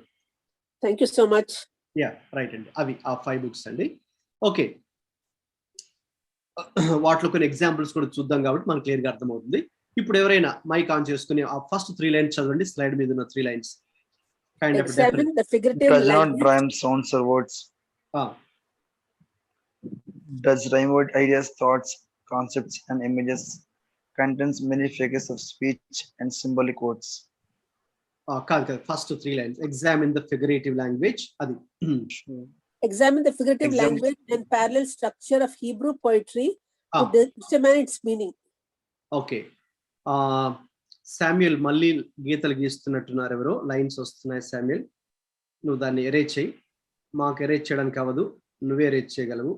ఎవరైతే by mistake వస్తున్నాయో వాళ్ళు erase చేయగలరు. So దయచేసి, మనకు తెలియదు కదా కొన్ని, సో మనకు తెలియకుండా అలా టచ్ అయిపోతుంటాయి. అంటే చూసే వాళ్ళకి అది క్లియర్ గా కనిపించుతుంది, అందుకని. ఓకే ఓకే, ఇప్పుడు ఆ పద్య భాగం గురించి ఈ విషయాలు డీటెయిల్స్ లోకి వెళ్దామండి. Getting in to some very in depth details and examples, exercises లాగా చూద్దాం. శాంపుల్స్ మనం చూసినప్పుడు ఈ పద్య భాగం యొక్క విశిష్టత ఏంటి బైబిల్లో, వీటిని ఎలాగ మరి మనము ఇంటర్ప్రెట్ చేయాల్సి ఉంటుంది, ఏ రూల్స్ ఫాలో అవుతూ ఇంటర్ప్రెట్ చేస్తే మనము రైట్ వేలో వెళ్ళగలము చూద్దాం. సో ఇందులో figurative language, right, figurative language. So అంటే మరి అలంకారపు భాష ఇందులో ఉంటుంది. అలంకారపు భాష లేక సాదృశ్యపరమైనటువంటి భాష ఇందులో ఉంటుంది. ముఖ్యంగా ఈ యొక్క పాత నిబంధన హెబ్రీ భాషలో వ్రాయబడింది కాబట్టి ఈ హీబ్రూ పోయట్రీ చాలా వేరుగా ఉంటుందండి. రైట్, మన యొక్క ఇండియన్ ఆర్ వెస్టర్న్ పోయట్రీ వేరుగా ఉంటుంది. వేరాజ్ హీబ్రూ పోయట్రీ వేరుగా ఉంటుంది. ఎలా వేరుగా ఉంటుంది ఇప్పుడు నేను మీతో పంచుకుంటాను. మీరు అక్కడ చూస్తున్నారుగా స్లైడ్ మీద. హీబ్రూ పోయట్రీ ఎలా ఉంటుంది అంటే సాధారణంగా it does not rhyme sounds or words. For example ఇప్పుడు మన ఇంగ్లీష్ లిటరేచర్ పోయట్రీ తీసుకున్నా, లేక మన ఇండియన్ లాంగ్వేజెస్ తీసుకున్న పోయట్రీ ఎలా ఉంటుందండి? ఎవరైనా ఒక ఎగ్జాంపుల్ చెప్పగలరా? పద్యం తెలిసిన వాళ్ళు ఎవరైనా ఒక చిన్న పద్యం పాడండి, లేక ఏదన్నా ఇంగ్లీష్ లో అయినా ఒక పోయం చెప్పండి. కవిత గాని పద్యం గాని ఎలా ఉంటదో. 10th క్లాస్ లో పద్యం విన్నాను ఫస్ట్. ఎలా ఉంటది చెప్పు. అట్టజన కాంచే భూమి సూర్యుడు డంబర సుంబి సంథింగ్ ఒక ఆ వర్డ్స్ ఉంటాయి ఫస్ట్. Okay okay okay. ఇంకా సరళ గారు మీకు ఏమైనా ఇంగ్లీష్ ఏమైనా గుర్తున్నాయండి? Any poems, can you recite any poem or something like that? All things bright and beautiful, all Okay. creatures great and small, Okay. all things wise and wonderful, the Lord God made them all. Okay. Small all. Small all, right right. Okay, ఇప్పుడు అదే చెప్పబోతున్నాను. ఇప్పుడు మా English కానీ లేక మన భారతదేశపు భాషల్లో పద్య భాగం ఏ రీతిగా ఉంటుందంటే, మనము ఆ యొక్క ప్రాస చూస్తాం కదండి, సౌండ్ అర్థమవుతుంది కదండి. ఇప్పుడు మీరు అన్నారు ఏమన్నా ఆల్, ఏమన్నారండి సరళ గారు? All, Small all. Okay, small all కదండి. ఆ యొక్క రైమ్ సౌండ్ అనేది మనం చూస్తాం, స్మాల్ ఆల్. అది తెలుగులో కూడా ఉన్నది, లేకపోతే ఇంకా అలాగా రైమింగ్ వర్డ్స్ అంటే ఒకే పాటలు కూడా మనం చూస్తుంటాం కదండి, పద్యాల్లో కానీ. Beautiful, wonderful. Yeah, beautiful, wonderful అంటే సిమిలర్ సౌండ్ వచ్చేటట్టుగా పైన ఒక లైన్ లో కింద ఒక లైన్ లో సిమిలర్ సౌండ్ రైమింగ్ వచ్చేటట్టుగా ఆ ప్రాస శబ్దము ఒకేలాగా వచ్చేటట్టుగా మనకు పాటలు, మనం పాడుకునే పాటలు కూడా బోల్డ్ అనే ఆ రీతి ఉంటాయి, రైట్? మీకు తెలుసు వాటిలో. సో మన యొక్క అయితే ఇంగ్లీష్ కానీ మన ఇండియన్ లాంగ్వేజెస్ యొక్క పోయిటరీ ఆ రీతిగా ఉంటుంది. అయితే హీబ్రూ పోయిటరీ అలా ఉండదు, బైబిల్ పోయిటరీ అలా ఉండదు. మరి ఎలా ఉంటుందంటే, బైబిల్లో ఉన్నటువంటి ఈ యొక్క 5 పుస్తకాలు, ఈ పోయిటికల్ బుక్స్ లో they does rhyme ideas, thoughts, concepts and images. అంటే ఏ రీతిగా ఉంటుందంటే సౌండ్ వేరుగా ఉంటుంది. ఇప్పుడు అతడు, ఇతడు, వచ్చెను, వెళ్ళెను అలా ఉండదు. ఇంగ్లీష్లో, తెలుగులో మనకు అలా ఉంటాయి. కానీ హెబ్రీ భాషలో ఉన్నటువంటి ఆ పద్య భాగం ఏ రీతిగా ఉంటుందంటే, వాళ్ళ రైమింగ్ ఐడియాస్ లో ఉంటుంది. అంటే ఆలోచనలు, వాళ్ళు అక్కడ వ్యక్తపరుస్తున్నటువంటి ఉద్దేశాలు, వాళ్ళు అక్కడ మనతో కన్వే చేయాలనుకున్నటువంటి ఆ కాన్సెప్ట్స్, లేకపోతే ఆ యొక్క ఇమేజెస్ ఏవైతే ఉన్నాయో అవి రిజెంబుల్ అవుతూ ఉంటాయి అన్నమాట ఆ యొక్క హీబ్రూ పోయిటరీలో, రైట్? ఇప్పుడు మనకు అది అర్థం అవ్వాలంటే కొన్ని ఎగ్జాంపుల్స్ మీకు చూపిస్తాను. So that way we can clearly understand how the Hebrew poetry functions. Okay, so ఇందులో ఏముంటుంది హీబ్రూ పోయిటరీలో చాలా మట్టుకంటే మరి అలంకారపు భాష, అలాగే సాదృశ్య రూపములు ఎక్కువగా ఉంటాయి. అలంకారపు భాష, అలాగే సాదృశ్యములతో కూడుకున్నటువంటి, చిహ్నములతో కూడుకున్నటువంటి, గుర్తులతో కూడుకున్నటువంటి మాటలు, పదములు, అలాగే అవన్నీ కూడా రాయడము జరుగుతుంది. Okay, let's continue. ఇంకా యూజువల్ గా మరి ఈ సాధారణంగా ఈ యొక్క ఈ హీబ్రూ పోయిటరీలో, హెబ్రీ భాషలో వ్రాయబడినటువంటి యొక్క 5 పుస్తకాలు కూడా ఏ రీతిగా ఉంటాయంటే, చూడండి, సాధారణంగా మొదటి లైన్ లో చెప్పబడినటువంటి విషయమే ఇంకొక రీతిగా వేరే పదజాలముతో అదే అర్థం వచ్చేటట్టుగా రెండవ లైన్ లో కూడా ఉంటుంది. ఓకే, ఎవరైనా మరి సామెతలు 9:9 ఒక ఎగ్జాంపుల్ గా చూద్దాం, త్వరగా చదవండి.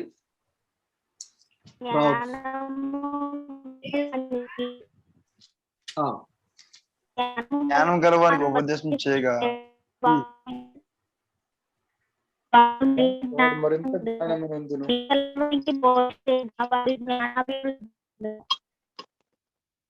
ఓకే, సరే అమ్మా. ఓకే, మీది వాయిస్ కొంచెం బ్రేక్ అవుతున్నట్టుంది, పర్లేదు, నేను దాన్ని చెబుతాను. జ్ఞానం గలవానికి ఉపదేశం చేయగా వాడు మరింత జ్ఞానం నొందును, నీతి గలవానికి బోధ చేయగా వాడు జ్ఞానాభివృద్ధి చెందును. ఓకే, ఈ వచనాన్ని అందరూ చూస్తున్నారు కదండి, మీరు అందరూ కూడా ఓపెన్ చేశారని నమ్ముతున్నాను నేను బైబిల్, రైట్? మీరందరూ నాకు ఒక వీడియో కనిపించకపోయినా మీరందరూ యాక్టివ్గా ఫాలో అవుతున్నారు అనుకుంటున్నాను. ఎనీవే, సో మీరు వచ్చినప్పుడు చెప్పండి, మరి 9వ వచనంలో మొదటి భాగంలో ఏ పేరు ఉంది, రెండవ భాగంలో ఏ పేరు లేక ఏ పదజాలం వాడబడింది? సిమిలర్ మీనింగ్ రెండు కూడా, కానీ జ్ఞానము, జ్ఞానం గలవాడు కదండి. జ్ఞానం వాడిండండి. ఓకే, జ్ఞానం గలవాడు. కింద జ్ఞానము, Righteous man. నీతి గలవాడు. ఓకేనండి, చూసారు కదా, మొదటి లైన్ లోనేమో జ్ఞానం గలవానికి అని ఉంది, కింద లైన్ లోనేమో రెండో లైన్ లో నీతి గలవానికి అని. యాక్చువల్గా ఇట్ ఈస్ ద సేమ్.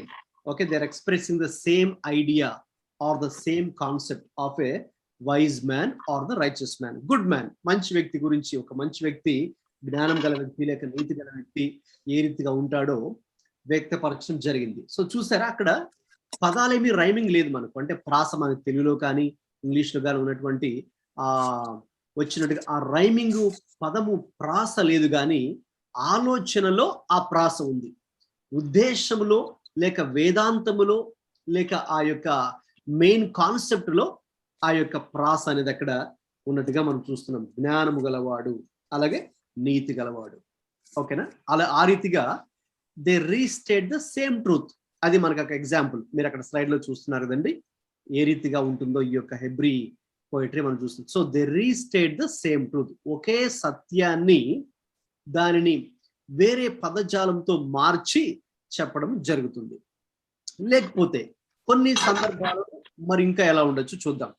ఎవరైనా సామెతలు 24 మొదటి 2 వచనాలు చదవండి. మైక్ ఆన్ చేసుకొని చదవండి.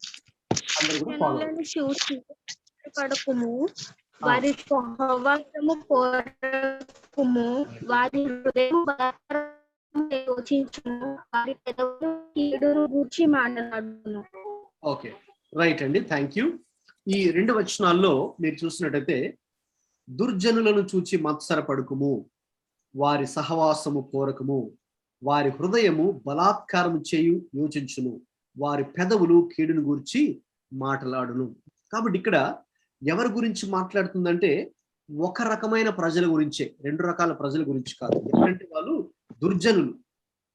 దుర్జనులు అంటే చెడ్డవారు, వారి గురించి చెప్పడం జరిగింది. అయితే ఈ 2 వచనాలు ఏం జరుగుతుందంటే ఆ దుర్జనులు ఎలా ఉంటారు, ఎలా ప్రవర్తిస్తారు, ఆ దుర్జనులు, ఆ చెడ్డవారు దుర్జనులు ఏ రీతిగా ఉంటారో ఒక వివరణ ఇవ్వడం జరిగింది. రైట్, ఒక వివరణ ఇవ్వడం జరిగింది. సో ఎందుకంటే వారి హృదయం బలాత్కారము చేయడానికి యోచిస్తూ ఉంటుందంట. వారి పెదవులు కీడుని గురించే మాట్లాడుతూ ఉంటాయి. అంటే ఆ దుర్జనులు ఎలా ఉంటారో ప్రాక్టికల్ గా మనకు దాని గురించిన ఒక వివరణ ఇవ్వడం జరిగింది. సో హెబ్రీ పద్య భాగంలో హీబ్రూ పోయిటరీలో ఈ రీతిగా ఉంటుందండి. అయితే ఒక విషయాన్ని, ఒక సత్యాన్ని ఆ పదజాలం మార్చి అయినా రాయబడి ఉంటుంది. లేదంటే ఒక విషయం గురించి మొదటి చరణంలో, మొదటి వాక్యంలో రాస్తే దానిని గురించినటువంటి మరి వివరణ, ఫర్దర్ ఎక్స్ప్లెనేషన్ అనేది కింద వచనాల్లో మనం చూసాం. దానికి ఎగ్జాంపులే ఇదనమాట 24. ఓకే, మరికొన్ని సందర్భాల్లో ఈ హీబ్రూ పోయిటరీ ఇంకా ఎలా ఉంటుందో 3వ పాయింట్ గా చూద్దాం. 3వ point, okay, cause and effect. ఒక మెథడ్ జనరల్ గా, అంటే ఒక కారణం లేకుంటే ఒక సంభవం జరగదు. కాజ్ అండ్ ఎఫెక్ట్ అది అనేది ఇక్కడ కూడా ఉంటుంది. చూద్దాం, ఈ ఎగ్జాంపుల్ చూస్తే మనకు అర్థమవుతుంది. సామెతలు 16:3 చదవండి.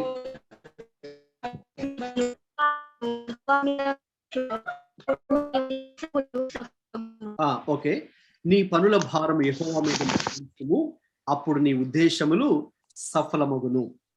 ఇక నెక్స్ట్ సామెతలు 5:22.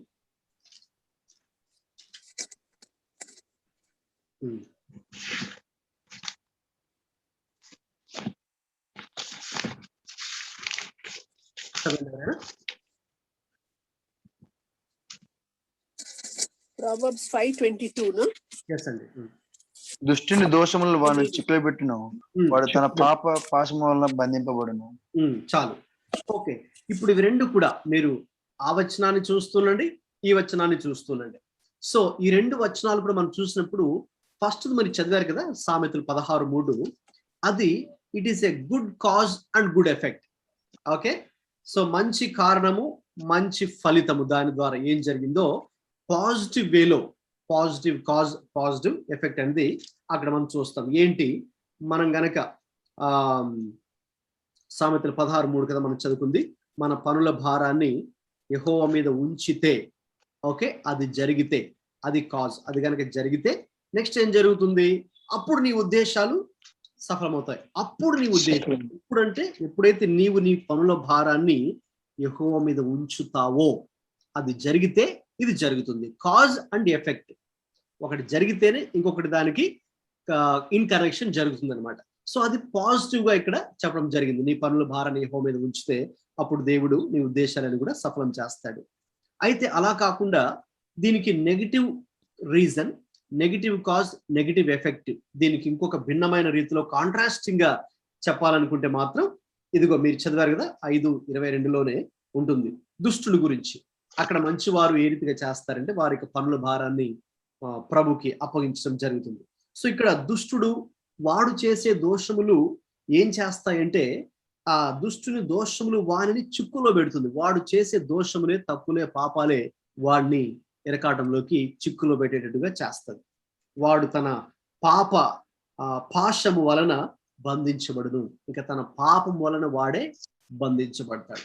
తన దోషములు, తన పాపములే తనని బంధించి వేస్తాయి. సో కాబట్టి తన పాపము అంటే నెగిటివ్ గా అనమాట, అది రీజన్. పాపము ఎఫెక్ట్ ఏంటి? వాడే చిక్కులో పడతాడు, వాడే బంధించబడతాడు తన పాపం వల్ల. రైట్?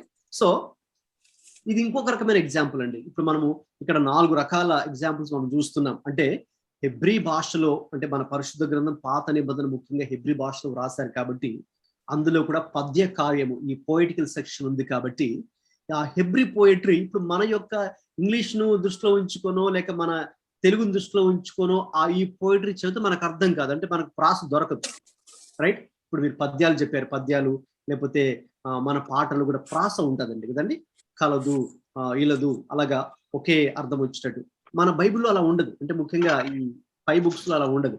అందుకే మనం ఈ రకరకాల ఎగ్జాంపుల్ చూస్తున్నాం, దీన్ని ఏ రీతిగా అవగాహన చేసుకోవాలని. రైట్? సో ఈ 3వ పాయింట్ ఏంటంటే ఒక కారణం ఉంటుంది, పాజిటివ్ ఉంటుంది, నెగిటివ్ ఉంటుంది. Right? Positive reason, negative reason. So positive reason అయితే పాజిటివ్ ఎఫెక్ట్, నెగిటివ్ రీజన్ అయితే నెగిటివ్ ఎఫెక్ట్. ఆ రీతిగా మనకు ఉంటుంది. సో మనం మంచి చేసామనుకోండి, దానికి మంచి ఫలితం ఉంటుంది. దుష్టుడు వాడు పాపం చేశాడు, వాడి ఫలితం ఏంటి? చెడు ఫలితం. వాడి పాపాలు, దోషాలు వాడినే చిక్కులో పెట్టేస్తాయి, బంధిస్తాయి. వేరే వ్యక్తి, రెండో వ్యక్తి కూడా అవసరం లేకుండానే. అది good and bad, cause and effect. Okay, right. I hope మీరు దాన్ని ఫాలో అవుతున్నారు, ఇది మీకు అర్థమవుతుందని అనుకుంటున్నాను. సో ఇప్పుడు 4వ పాయింట్లోకి, 4వ రకంలోకి వెళ్దాం. Make a contrast or comparison.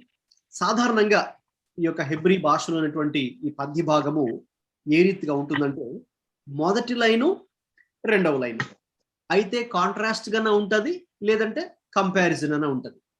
Okay, అయితే భిన్నమైన రీతిలో, అంటే మొదటి లైన్ లో చెప్పిన దానికి భిన్నంగా, వ్యతిరేకంగా ఇంకొకటి దానికి ఆపోజిట్ వర్డ్ లోనే రాసినట్టుగా ఉంటది. లేదంటే మొదటి దాంట్లో చెప్పిన దానికి 2వ లైన్ లో రాసిన దానికి మిగతా వస్తువుతో కానీ, మిగతా వ్యక్తితో కానీ, మిగతా పరిస్థితితో కానీ పోల్చి చెప్పడం జరుగుతుంది. దానికి కూడా ఒక ఎగ్జాంపుల్ చూద్దాం, మనకు ఏంటి అర్థమవుతుంది. ఇప్పుడు సామెతలు 9:8 ఎవరైనా చూసారండి, మిగతా వారు కూడా దయచేసి ఓపెన్ చేయండి.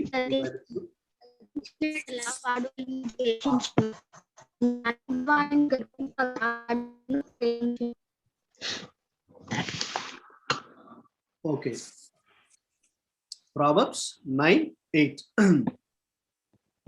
అపహాసకుని గద్దింపకుము, గద్దించిన ఎడల వాడు నిన్ను ద్వేషించును. అలాగే కింద 2వ లైన్, జ్ఞానము గల వానిని గద్దింపగా వాడు నిన్ను ప్రేమించు. రైట్? ఈ వచనాన్ని ఎప్పుడైనా చదివారండి? బై ద వే, ఇక్కడ ఉన్నవారందరూ నాకు తెలిసి సామెతలు కనీసం ఒక్కసారి చదివే ఉంటారు కదండి, సామెతల గ్రంథం. యాక్చువల్గా అయితే కొన్ని చిన్న బైబిల్స్ లో మీరు కనుక చూస్తుంటే, నా దగ్గర కొన్ని చిన్న బైబిల్స్ కూడా ఉన్నాయి ఇంగ్లీష్ లో, గిడియన్స్ వాళ్ళు పబ్లిష్ చేసింది. సామెతలు, కీర్తనలు, సామెతలు కలిపి ఉంటాయి న్యూ టెస్ట్మెంట్ తో పాటుగా. ఈ 2 ఎక్స్ట్రా కూడా వాళ్ళు యాడ్ చేస్తారు. రైట్? జనరల్ గా కూడా ఒక రకమైన ప్యాటర్న్ ఏంటి అంటే బైబిల్ రీడింగ్ లో రెగ్యులర్ గా మీరు ఏ పుస్తకాన్ని అయితే చదువుతున్నారో చదువుతూ ప్రతిరోజు కూడా ఒక అధ్యాయం సామెతల గురించి కూడా చదవాలి. అంటే అది ఒక రకమైనటువంటి study method. There are many methods, అది నేను చివరిలో తర్వాత వస్తాను, ఇంకొక ఫ్యూ వీక్స్ తర్వాత. అందులో సామెతలు కూడా ఒకటి ఇంక్లూడ్ చేసి మీ రెగ్యులర్ క్వైట్ టైంలో, మీ రెగ్యులర్ బైబిల్ మెడిటేషన్ లో ఏదైతే చదువుకుంటూ వెళ్తున్నారో ఆ పోర్షన్ చదువుకుంటూ దాంతో పాటుగా ప్రతిరోజు ఏదర్ మార్నింగ్ ఆర్ ఈవినింగ్ కానీ సామెతల్లో ఖచ్చితంగా ఒక అధ్యాయాన్ని చదవడం అనేది ఒక పద్ధతి అండి. యాక్చువల్గా సామెతల్లో ఎన్ని అధ్యాయాలు ఉంటాయండి చెప్పండి చూడకుండా? 31. ఓకే, మనకు నెలలో సాధారణంగా 31 రోజులు ఉంటాయి, కొన్ని 30 అనుకోండి. సో అంటే జనరల్ గా మీరు రోజుకు ఒక అధ్యాయాన్ని చదివితే 1 నెలలో మీరు ఈ సామెతల గ్రంథాన్ని ఫినిష్ చేయొచ్చు.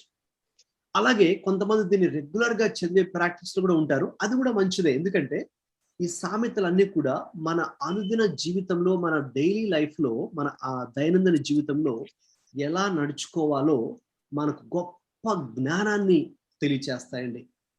గొప్ప జ్ఞానం. సాధారణంగా ఈ ప్రస్తుత జనరేషన్ లో యవనస్తులకి అంత పెద్ద సామెతలు తెలియవు కానీ, రైట్? అయితే మరి ఇక్కడ కొంచెం పెద్దవారు ఉన్నారు కదండి, మరి నరసింహాచారి గారు కానీ ఇంకా ఎవరైనా, సాధారణంగా మనకి కొంచెం ముందు తరంలో ఎక్కువ సామెతలు ఉపయోగిస్తుంటారు కదండి. సామెత మామూలుగా మనం మాట్లాడుకుంటూ కూడా కదండి, ఏదో ఒక సామెత, అంటే పెద్దలు చెప్పిన సామెత మనం ప్రస్తావిస్తూ ఉంటాం. ఒకటి యాడ్ చేస్తారు సార్, యాడ్ చేస్తారు. అవునవును.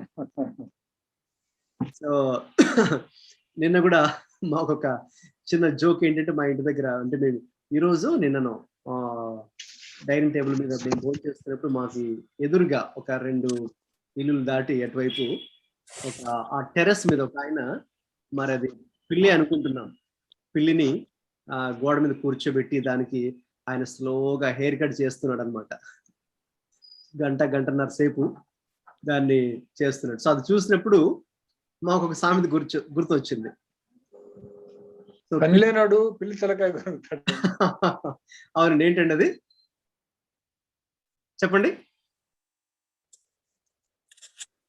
పనిలేని మంగలి, పిల్లి తల గురిగాడని మేము దాన్ని చూసి అనుకున్నాం. సో అంటే వెంటనే మాకు ఆ సామెత గుర్తొచ్చింది అనమాట. ఒక వ్యక్తి ఆ రీతిగా పిల్లిని చాలాసేపు, మీరు చూసారు కదా, పిల్లిని అలా కొరగడం, సో అలా హెయిర్ కట్ చేయండి. సో అంటే మన డైలీ లైఫ్ లోనే చాలా ఇన్సిడెంట్స్ ఈ సామెతలతో ముడిపడి ఉన్నాయి. సో అంటే డెఫినెట్ గా ఒక్కొక్క సామెతకు ఒక అర్థం అనేది ఉంటుంది, మీకు తెలుసు, రైట్? కొంచెం ఓకే, ఎక్స్పీరియన్స్ ఉన్న వాళ్ళకి విషయాలు తెలుసు. సో సేమ్ వే ఇప్పుడు మనం బైబిల్లో ఉన్నటువంటి విషయాలు చూస్తున్నాం కదా. సో ఇప్పుడు ఇది చూద్దామండి. సామెతలు 9:8లో మనం చూస్తే ఇక్కడ ఈ 2 కాంట్రాస్ట్ అనేది మనం మొదటి లైన్ లోనేమో మనము జ్ఞానము గలవారి గురించి, మొదటి లైన్లో బుద్ధి లేనివాడు, అపహాసకుని గురించి, బుద్ధి లేనివాడు, మూర్ఖుడు గురించి వ్రాయబడింది. కిందేమో జ్ఞానం గలవాడు గురించి వ్రాయబడింది. ఇప్పుడు బుద్ధి లేని వాడిని లేక అపహాసకుని మనము గద్దించకూడదండి. ఓకే, అంటే ఇక్కడ ఈ కాంటెక్స్ట్ తీసుకుంటే, గద్దిస్తే వాడు ఏం చేస్తాడంట? అపహాసకుని లేక మూర్ఖుని గద్దించిన ఎడల వాడు నిన్ను ద్వేషించును. ఎందుకు ద్వేషిస్తాడంటే, మనం ఎందుకు వాడిని గద్దిస్తున్నాము వాడికి ఆ ఉద్దేశం అర్థం కాదు. ఇదేంట్రా నన్ను నానబెట్టుకొని ఇలా అంటాడు అలా అంటాడు అని వాడు నెగిటివ్ గానే ఆలోచిస్తాడు. కానీ అరే ఎందుకు చెప్తున్నాడు, దీని వెనక ఏదైనా, అది ఆయన చెప్పేది కరెక్టేనా, నిజమేనా, ఇది నా మేలు కోసమే చెప్తున్నాడా అని వాడు వినడానికి మనసు పెట్టడు. ఆల్రెడీ మైండ్ వాడు బ్లాక్ చేసుకుని ఎవరు చెప్పేది వెండు, రైట్? సో కాబట్టి మనం అటువంటి మూర్ఖులను ఏంటి, మనం వారిని గద్దించినా కూడా ప్రయోజనం ఉండదు కదా. తిరిగి మనల్ని వాడు ద్వేషించి తిరిగి మనకే ఎదురు మాట్లాడడం, మన గురించి ఇంకా ఇతరులకు చెడుగా చెప్పడం, ప్రచారం చేయడం కూడా జరుగుతుంది, రైట్? సాధారణంగా మన for a positive correction you get a negative response. Yes, yeah. For bad people, if you correct them, yes, they don't take correction positively, right? They take for that correction negatively and they they begin hating you, right? Whereas if you correct wise man, okay, జ్ఞానం గలవాని గద్దిస్తే మాత్రం మళ్ళీ వాళ్ళు మిమ్మల్ని ప్రేమిస్తారు, వెంటనే thank you కూడా చెప్తారు. మీకు అదే సైన్, వాడు థ్యాంక్ యూ చెప్పాడా చెప్పలేదా. మీరు ఏదైనా ఒక వ్యక్తిని సరి చేశారనుకోండి, కరెక్ట్ చేశారు, ఓకే, కరెక్ట్ చేస్తే ఆ వ్యక్తి మీకు థ్యాంక్ యూ చెప్పాడా థ్యాంక్ యూ చెప్పలేదా అక్కడే మనకి ఇమీడియట్ గా తెలిసిపోతుంది, right? Of course, even in their face also, you can read their face index also, that they're also being seen. So వాళ్ళు మీకు థ్యాంక్ యూ చెప్పారు అంటే ఆ కరెక్షన్ వాళ్ళు తీసుకున్నట్టు. అఫ్ కోర్స్ ఎంత మట్టుకు దాన్ని మళ్ళీ వాళ్ళు ఇంప్లిమెంట్ చేస్తారనేది అది వేరే విషయము. అట్లీస్ట్ ఇమ్మీడియట్ రెస్పాన్స్ గా వాళ్ళు మీకు థ్యాంక్ యూ చెప్పారు అనుకోండి, ఓకే, ఆ వ్యక్తి జ్ఞానం గల వ్యక్తి, ఆ వ్యక్తి మీరు ఆ దిద్దుబాటు, ఆ కరెక్షన్ ని పాజిటివ్ గా తీసుకున్న వ్యక్తి, రైట్? సో కాబట్టి ఒక విధంగా చెప్పాలంటే మన ఓన్ వే ఆఫ్ యాటిట్యూడ్ అనేది కూడా ఈ వచనం రివీల్ చేస్తుందండి. అసలు మనం ఎలాగున్నాం కరెక్షన్ కి అనేది కూడా ఈ వచనం అనేది రివీల్ చేస్తుంది. ఎనివే, ఇక్కడ మనం దేన్ని పరిశీలిస్తున్నామంటే హీబ్రూ పోయట్రీ ఏ రీతిగా ఉంటుంది, హెబ్రీ భాషలో ఉన్నటువంటి యొక్క పద్య కావ్య గ్రంథాల సాహిత్య శైలి ఏ రీతిగా ఉంటుందో చూస్తున్నాం. ఏ రీతిగా ఉంటుంది అంటే అనేక విధాలుగా ఉంటుంది. మెయిన్లీ ఈ 4వ పాయింట్ ఏంటి, it is a contrast or comparison. Okay, ఇంకొక వ్యక్తితో భిన్నమైన వ్యక్తితో పోల్చడం అన్న జరుగుతుంది. ఓకే, భిన్నంగా దాని గురించి మాట్లాడడం అన్న జరుగుతుంది. సో పైనేమో అపహాసకుడు లేక బుద్ధి లేనివాడు, మూర్ఖుడు, అవివేకి ఎలా ప్రవర్తిస్తాడు ఉంది, కిందేమో బుద్ధి గలవాడు లేక జ్ఞానం గలవాడు మరి ఏం జరుగుతుందో చూసాం. అక్కడ వాడు ద్వేషిస్తాడు, ఇక్కడ వీడు ప్రేమిస్తాడు, రైట్? సో ఇది కూడా మనకి కాంట్రాస్ట్ గానే ఉంది, అది కూడా మనకి భిన్నంగానే ఉంది. సో ఈ రీతిగా ఉంటుందండి మనకు ఈ బైబిల్లో ఉన్నటువంటి ఈ పొయిటికల్ బుక్స్ లో మనము ఇలా అవగాహన చేసుకోవాలి. అంతేగాని మనకి ప్రాస పదాలు మన యొక్క తెలుగు కానీ ఇంగ్లీష్ లో ఉన్నట్టుగా ఉండదండి. ఓకే, సో అక్కడ మీకు లిస్ట్ ఇచ్చాను ఏ ఏ పుస్తకాలు బైబిల్ పద్య కావ్యాలు లేక కావ్య గ్రంథాలుగా ఉన్నాయి. యోబు, సామెతలు, కీర్తనలు, సామెతలు, ప్రసంగి, పరమగీతములు. Okay, right. ఇప్పుడు అందరు కూడా ఒక చిన్న ఎక్సర్సైజ్ లాంటివి చేద్దాం. యోబు 42:2 చదవండి. అందరు కూడా తీయండి దయచేసి. యోబు 42వ అధ్యాయము 2వ వచనం చదవండి. నీవు సమస్త క్రియలను చేయగలవనియు నీవు ఉద్దేశించినది ఏదియు నిష్ఫలము కానేరదనియు నేనిప్పుడు తెలుసుకొంటిని. ఓకే, నీవు సమస్త క్రియలను చేయగలవనియు నీవు ఉద్దేశించినది ఏదియు నిష్ఫలము కానేరనియు నేను ఇప్పుడు తెలుసుకుంటుని. సందర్భం ఏంటంటే మరి చివరిగా ఇది యోబు చివరి అధ్యాయము, మరి ఇంకా అన్ని విషయాలు చివరిగా యోబు ప్రభుతో చెప్తున్నటువంటి మాటలు ఇవి. అప్పుడు యోబు యెహోవాతో ఇలా ఒక ప్రత్యుత్తరం ఇచ్చును అని ఒకట్లో ఉంది కదా. ఇంకా నెక్స్ట్ ఏం చెప్తున్నాడు ఆయన, నీవు సమస్త క్రియలను చేయగలవనియు నీవు ఉద్దేశించినది ఏదియు నీకు కానేరనియు నేను ఇప్పుడు తెలుసుకుంటుని అని అంటూ ఉన్నాడు కదా. ఓకే, సో ఇక్కడ మీరు ఇప్పుడు సింపుల్ గా చేయాల్సింది ఏంటంటే ఇది పోయట్రీ కింద వస్తుంది కాబట్టి యోబు గ్రంథం కూడా యు ఐడెంటిఫై, అదే ఈ గమనించండి, మొదటి లైన్ ఎలా ఉంది, రెండో లైన్ ఎలా ఉంది. మొదటి లైన్ కి రెండవ లైన్ కి అక్కడ వ్యత్యాసం ఏదైనా ఉందా, కాంట్రాస్టింగ్ గా ఏదైనా ఉందా, ఫర్దర్ ఎక్స్ప్లెనేషన్ ఇస్తుందా చూద్దాం. ఓకే, లైన్ 1 మొదటి లైన్ లో ఏముందండి? I know that you can do all things. Okay, యోబు దేవుడితో చెప్తున్నాడు ఏమని, ప్రభువా నీవు సమస్త క్రియలు చేయగలవు, I know that you can do all things అని చెప్తున్నారు. ఇప్పుడు రెండవ లైన్ ఏంటండి? And that no purpose of yours can be thwarted. Okay, నీవు ఉద్దేశించినది ఏదియు నిష్ఫలము కానేరదు. నీవు ఉద్దేశించినది ఏదియు నిష్ఫలము కానేరదు అని నేనిప్పుడు తెలుసుకుంటుని అని యోబు అనుభవపూర్వకంగా ఆ సన్నివేశాలన్నీ జరిగిన తర్వాత తన జీవితంలో చివరికి చెప్తున్నటువంటి మాటలండి చివరి అధ్యాయంలో ఉన్నాయి. ఓకే, ఇక్కడ మనం గమనించాల్సింది ఏంటంటే మెయిన్లీ ఈ రెండవ లైన్ మొదటి లైన్ ని ఎలాగా మరి అది ప్రభావితం చూపిస్తుంది, లేకపోతే దాని గురించినటువంటి ఆ వివరణ ఏ రీతిగా ఇస్తుందో మనం అక్కడ చూడగలం. అది so how does line 2 affect line 1? That God can, that no purpose of his can be stopped. Okay, No hindrance can come, no obstacle can come before his work. Okay, no obstacles. Okay, ఆయన చేసే కార్యములలో ఎటువంటి ఆటంకము ఉండదు, ఎటువంటి ఆటంకాలు అవరోధాలు ఉండవు. Okay, ఇంకా ఎవరైనా anybody wants to share? His plans will come to pass. Okay, దేవుని ప్రణాళికలు అవి నెరవేర్పులోకి తప్పకుండా వస్తాయి. ఓకే, ఇది పొయిటికల్ సెక్షన్ కింద వస్తుందని చెప్పాను కాబట్టి ఇది ఇప్పుడు కూడా మొదటి లైను రెండవ లైను. ఓకే, అవి రెండు లింక్ ఉంటాయండి. సో అందుకే మీరు రెండు కూడా జాగ్రత్తగా చదవాలి. ఒక పార్ట్నే తీసుకోవద్దు. కొంతమంది వాళ్ళకి నచ్చిన పార్ట్ తీసుకుంటారు, మేబీ దాని మీద ప్రసంగం కూడా అవుతుంది. అది అయితే దానికి కనెక్టెడ్ గా ఉన్న రెండవ పాయింట్ మిస్ చేస్తూ ఉంటారు. సో అక్కడ కనెక్షన్ అనేది తప్పిపోతూ ఉంటుంది, ఫ్లో తప్పిపోతూ ఉంటుంది. సో ఇది హీబ్రూ పొయిటికల్లో మనము అంటే ఎంటైర్ వర్స్ ని తీసుకోవాలి. అంటే ఫస్ట్ పార్ట్ ఉంటుంది, రెండో పార్ట్ ఉంటుంది. సో ఇప్పుడు ఈ రెండింటికి కనెక్షన్ ఉందండి. అంటే యోబు ఒక విధంగా దేవుడితో, ప్రభువా నీవు సమస్తము చేయగలవు. సో ఇప్పుడు నీవు చేయగలిగిన ఆ సమస్తములో ఇక అది ఏది కూడా నిష్ఫలంగా పోదు, వ్యర్థంగా పోదు, దానికి ఏ ఆటంకము ఉండదు. నీవు చేసే కార్యాలకు నీవు ఏదైనా చేయగలవు ప్రభువా. నీవు చేసేవి కూడా మరి నీవు ఉద్దేశించినవి, నీవు చేయగలిగినవి, నీవు ఉద్దేశించినవి, రైట్? సో ఇంకా దానికి అవి నిష్ఫలము కాదు, దేవుడు యొక్క ప్రణాళికలు మన పట్ల. ఎందుకంటే అది యోబు జీవితంలో కూడా అది వాస్తవమే కదా. దేవుడు ఎటువంటి ప్రణాళిక యోబు పట్ల కలిగి ఉన్నాడో చివరికి అదే నెరవేరింది. కానీ సాతానుడు మధ్యలో వేరే స్కెచ్ గీశాడు. సో ఆ స్కెచ్ నెరవేరలేదు.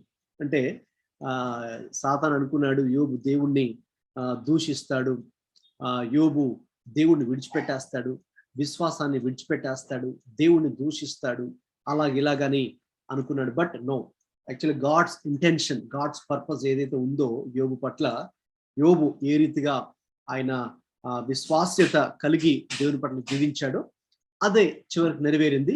ఇంకా అదే ఆశీర్వాదంలోనే కొనసాగాడు యోబు. సో కాబట్టి ఇక్కడ మనము దాన్ని అలా రెండు కూడా కనెక్టెడ్ గా తీసుకుంటే దానికి అర్థాన్ని కూడా ఒక విధంగా మనం చక్కగా గ్రహించవచ్చు ఈ యొక్క హీబ్రూ పొయిటికల్ బుక్స్ లో. సో రెండవ లైను మొదటి లైన్కి ఏ రీతిగా కనెక్టెడ్ గా ఉంది, how does it affect. Okay, so కాబట్టి దేవుడు ఏదైతే ఆయన ఏదైతే what do we write for this, Mr. Ji? Yes, tell me please. What do we write for this? When you say how does line 2 affect line 1, what do we say? Okay, so whatever God's intentions, yeah, like what you said is mostly that's right. Like whatever God's intentions or plans, purposes for our lives will be will be fulfilled without any accomplished. Yeah, will be accomplished, yes, without any hindrance. Okay. However, like obstacles might seem to be obstacles because Satan tried his best actually. Yeah. Okay. That could be the obstacle in Job's life. Thank you, understood. But ultimately God's plan succeeded, right? God's plan accomplished. Yes. So, other matter. Thank you. Connection between those two. Okay. ఇంకొకటి, ఎవరైనా యెషయా 40వ అధ్యాయము 18వ వచనాన్ని చదవండి.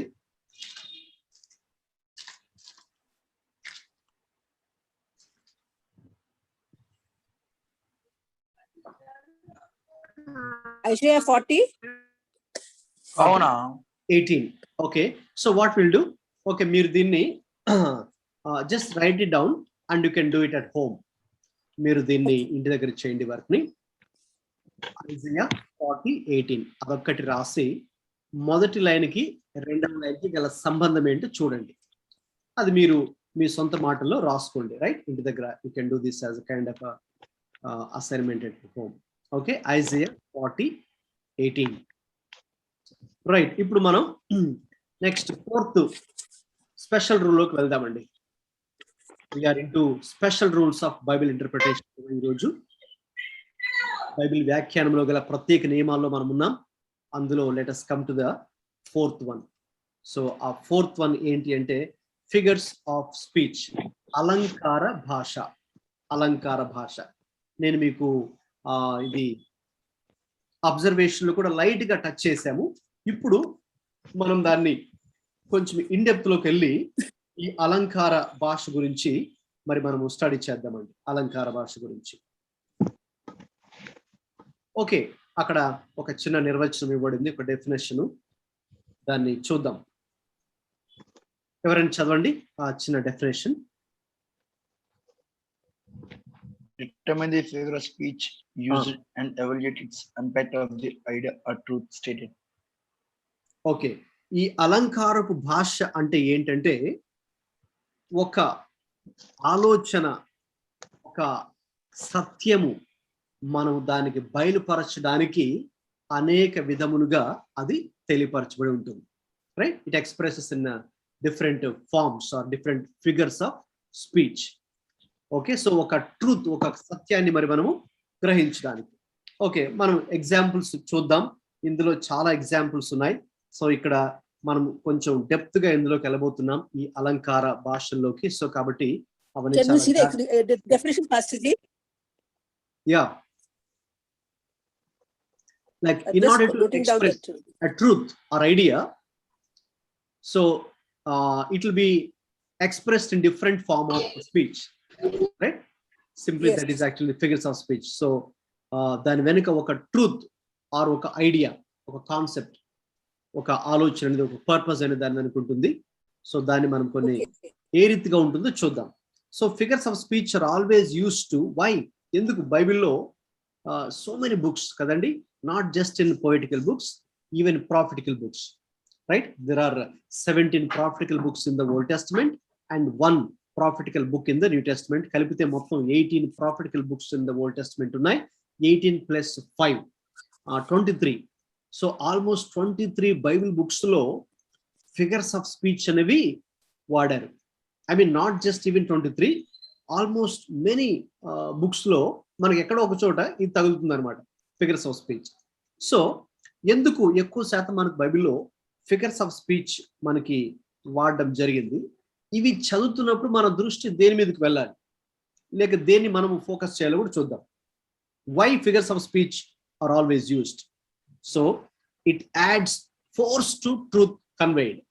ఒక విషయాన్ని మనం గట్టిగా చెప్పడానికి, గట్టిగా బల్లగుద్ది ఒక విషయాన్ని చెప్పడానికి ఒక సాదృశ్యము లేక అలంకార భాష అనేది వాడడం జరుగుతుంది.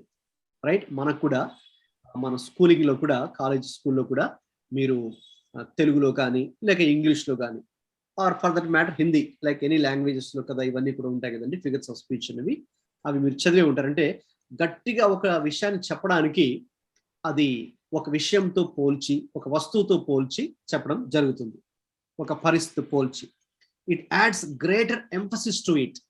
ఒక విషయానికి ఏదైనా ఎక్కువ విలువ, if you want add more value or force to something, what you do, you use the figure of speech.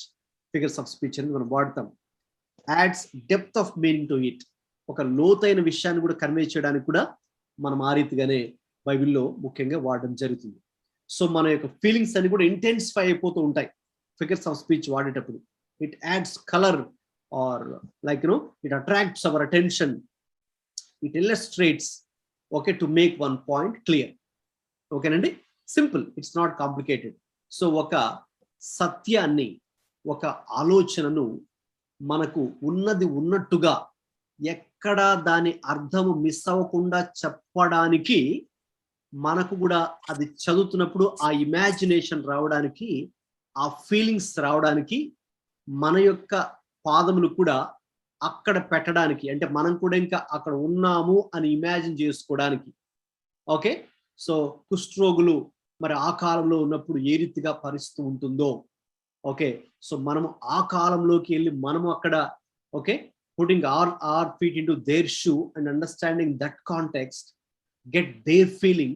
Okay, so in order to draw attention, so figures of speech has been used in the Bible. So Bible లో ఆ రీతిగా అవన్నీ కూడా వాడడం జరిగింది. Okay, ఇప్పుడు బైబిల్లో చూడండి 9 రకాల అలంకారపు భాషలు వాడడం జరిగింది. There are 9 types of figures of speech used in the Bible. ఇప్పుడు అవన్నీ కూడా ఆ 9 కూడా చాలా బ్రీఫ్ గా మనకున్న టైంలో మనందరూ స్టడీ చేద్దాం. So it needs your careful attention. So కాబట్టి మీరు చాలా జాగ్రత్తగా మనకున్నటువంటి ఈ మిగతా టైంని మనం దీన్ని జాగ్రత్తగా ఉపయోగించుకుందామండి.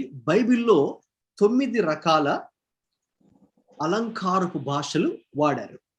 Right, okay, what is the first one? ఎవరైనా మైక్ ఆన్ చేసుకుని చదవండి. ఫస్ట్ టైప్ ఏంటి చదవండి.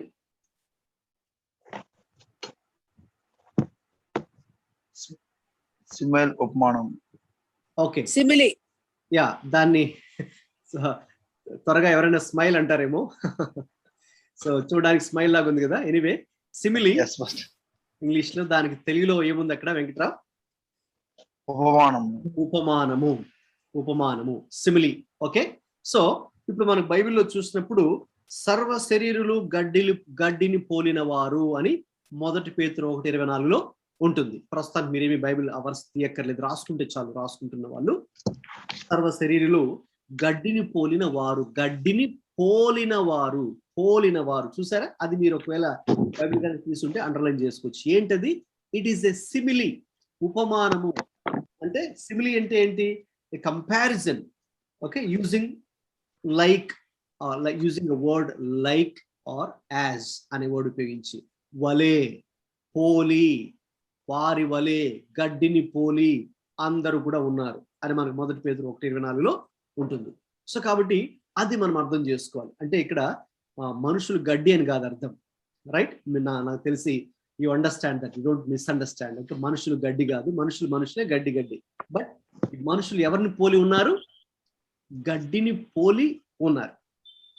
ఏ రీతిగా దాని యొక్క ఆయుష్ క్షణిక కాలంగా ఉంటుందో, లేక దానికి ఒక అనిశ్చితితో కూడుకుని గడ్డి ఉంటుందో, మనుషుల జీవితం కూడా అలాగే ఉంటుంది అని చెప్పడానికి ఓకే, ఒక ఉపమానం అనేది బైబిల్లో ఇలాంటివి చాలా ఉన్నాయి. సో అది మనం అర్థం చేసుకుంటున్నప్పుడు దాన్ని అక్షరాల మనుషులు గడ్డి అని మనం ఇంటర్ప్రిట్ చేయకూడదు. బట్ ఆ గడ్డి యొక్క స్వభావాన్ని అర్థం చేసుకొని మనుష్య జీవితానికి మనము దానికి లింక్ చేసి అర్థం చేసుకోవాలి, ఇంటర్ప్రిట్ చేయాలి. అందుకని మనం ఈ కామన్ ఫిగర్స్ ఆఫ్ స్పీచ్ లో మనం స్టడీ చేస్తున్నాం. ఓకేనండి, అది మొట్టమొదటి సిమిలి అంటారు, ఉపమానము తెలుగులో. ఇక రెండవది ఏంటంటే, చదవండి ఎవరైనా, మైక్ ఆన్ చేసుకొని. మెటఫర్, తెలుగులో రూపకాలంకారము. ఓకే, రూపకాలంకారం అని దానికి పేరు. బైబిల్లో ఉదాహరణకు మనం మత్తయి సువార్త 5:13 చదివినప్పుడు, మీరు లోకమునకు ఉప్పై ఉన్నారు, లేక లోకమునకు మీరు వెలుగై ఉన్నారు అని ప్రభు చెప్పారు కదండి.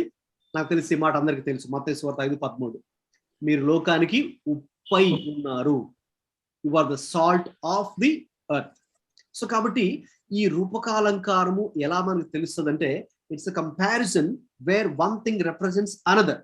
ఓకేనండి, డిఫరెంట్ వేస్ లో మనకి ఇంగ్లీష్ లో అక్కడ ఆర్, వర్ అనే డిఫరెంట్ వర్డ్స్ చేసి ఉంటాయి. ఓకే, తెలుగులో కూడా ఉప్పై ఉన్నారు, ఉప్పై ఉన్నారు. ఓకే, చూసారు, వెలుగై, వెలుగు అయి ఉన్నారు, వెలుగై ఉన్నారు, ఉప్పు అయి ఉన్నారు. సో మనం ఉప్పు కాదు, వెలుగు కాదు, మనము మనుషులమే, లేక మనము విశ్వాసులమే. అయితే ఆ ఉప్పుకి లేక వెలుగుకి కలిగినటువంటి లక్షణాలను కలిగి మనం జీవించాలనేది ప్రభు యొక్క ఉద్దేశం. అలాగున మనం దాన్ని ఆ రూపకాలంకార భాషలో ఎక్కడెక్కడైతే ప్రభు చెప్పారో, మనం దానిని ఆ యొక్క ఆత్మీయ అర్థాన్ని లేక దాని వెనుకున్నటువంటి దానిని మనం ఇంటర్ప్రెట్. ఓకే, ఆ రీతిగా ఆ రూపకాలంకారం మనకి బైబిల్లో చాలా చోట్ల. ఇంకోటి మనం యాకోబులో చూస్తే, యాకోబు 3:6 నాలుక దేని వంటిదండి? నాలుక అగ్ని వంటిది, నిప్పు లాంటిది, లేక అగ్ని వంటిది. చూసారా, వంటిది, లాంటిది. So it's what is that? It is a metaphor, రూపకాలంకారం. అంటే మన నాలుకని అక్కడ భక్తుడు యాకోబు దేనితో పోలుస్తున్నాడు ఏంటండి? నిప్పుతో పోలుస్తున్నాడు. నిప్పుతో పోలుస్తున్నాడు అంటే మన అవయవంలో, మన దేహంలో చిన్న అవయవమే, కానీ ఏ రీతిగా నిప్పు ఒక చోట అంటుకుంటే అది చాలా వేగంగా విస్తరించి మొత్తం అంతా కాలుకుంటూ మరి దాన్ని అంతా కూడా నశింప చేస్తూ వెళ్తుందో, అంత శక్తి దానికి ఉందో నిప్పుకి, ఫైర్ కి, అలాగ మన నాలుగు కూడా అంతే శక్తి ఉంది. ఇదే నాలుగుతో మనం గురువుని చూపిస్తాం, ఇదే నాలుగుతో మనం ఇంకొక మాట కూడా అంటాం. అంటే నాలుక ఇది చిన్న అవయవమే, కానీ ఎంత శక్తి ఉందో చెప్పడానికి మీరు యాకోబు 3 ఆ కొన్ని వచనాల చేత మనకు అర్థమవుతుంది. సో ఎగ్జాంపుల్ ఏంటంటే, ఈజ్ ఎ ఫైర్, ఆ యొక్క నాలుక నిప్పు లాంటిది, లేక నిప్పు వంటిది, నిప్పును పోలినది. ఓకే, అలాగే అనేక పర్యాయ పదాలు, లేక నానార్థాలు చెప్పుకోవచ్చు తెలుగులో. So it's a metaphor. అది చెప్పినప్పుడు అలాగే బైబిల్లో మనము దాని లక్షణం అర్థం చేసుకోవాలి, దాని యొక్క స్వభావాన్ని అర్థం చేసుకొని, ఓహో మన నాలుక కూడా ఇటువంటి స్వభావం ఉందిరా బాబు, మనం చాలా జాగ్రత్తగా ఉండాలనే ఒక అవగాహన, ఒక భావానికి, తాత్పర్యానికి మనం రావాల్సి ఉంటుంది. ఓకేనండి. సో అది బైబిల్లో ఇలాగ చాలా చోట్ల, ఇదే కాదు, నేను మీకు జస్ట్ ఒక 2 ఎగ్జాంపుల్స్ మాత్రమే ఇక్కడ చెప్పడం జరుగుతుంది. సో మీరు మీ డైలీ బైబిల్ రీడింగ్ లో you will come across so many. అలాంటప్పుడు మీరు నోట్ చేసుకున్న అలాంటివి ఒక ప్రత్యేకంగా ఒక డైరీ లాంటిది మెయింటైన్ చేస్తూ అది మీరు ఇలాంటివి నోట్ చేసుకుంటున్నప్పుడు ఒక్కొక్కటి దాని అర్థాలు మీకు ఒక్కొక్కటి అనేది అక్కడ అర్థమవుతూ ఆ నేచర్, ఆ స్వభావాన్ని కూడా మనం అర్థం చేసుకోవడానికి అవి ఉపయోగకరంగా ఉంటాయి. నెక్స్ట్ బైబిల్లో ఇంకా ఎటువంటి అలంకార భాష ఉపయోగించారో చూద్దాం. 3వది చదవండి, మైక్ ఆన్ చేసుకొని.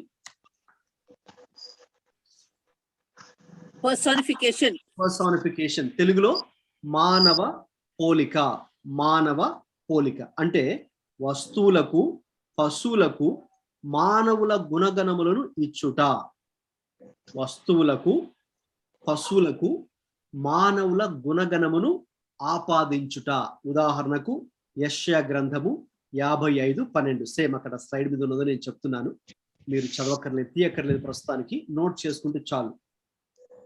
పొలములోని చెట్లన్నయు చప్పట్లు కొట్టును. పొలములోని చెట్లన్నయు చప్పట్లు కొట్టును. ఇప్పుడు పొలము కానీ లేక చెట్లు కానీ చప్పట్లు కొడతాయండి? మనకు తెలుసు చప్పట్లు కొట్టవు కదండి. చెట్లు చప్పట్లు కొట్టవు, but in their own way they do things. ఓకేనండి. అయితే ఇప్పుడు చప్పట్లు కొట్టేది వాస్తవంగా అక్షరాల చప్పట్లు కొట్టేది ఎవరు? మనమే, మనుషులమే కదండి.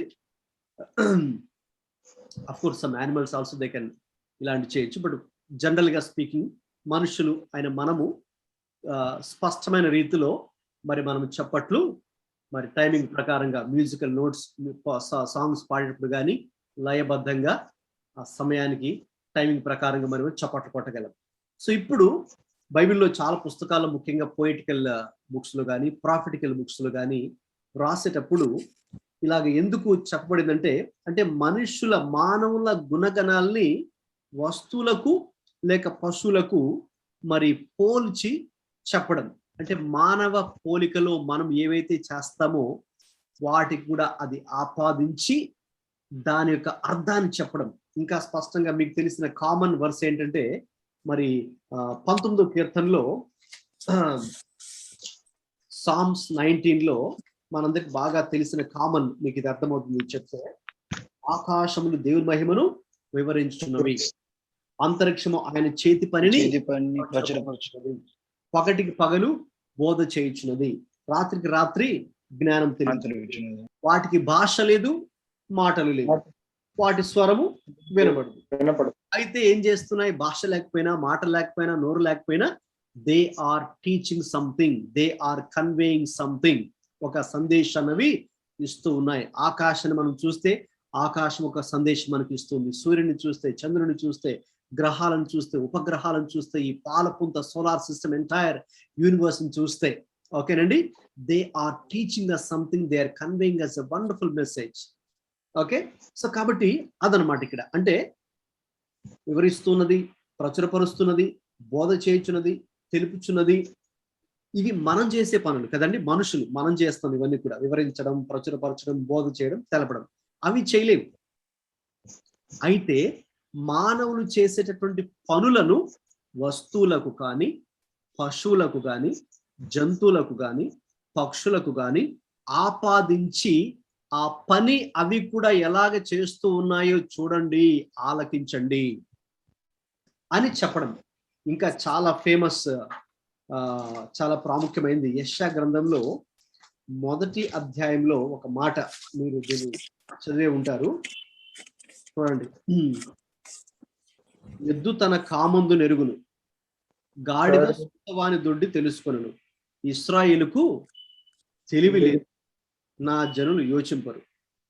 Isaiah 1:2-3 అండి. Isaiah 1:3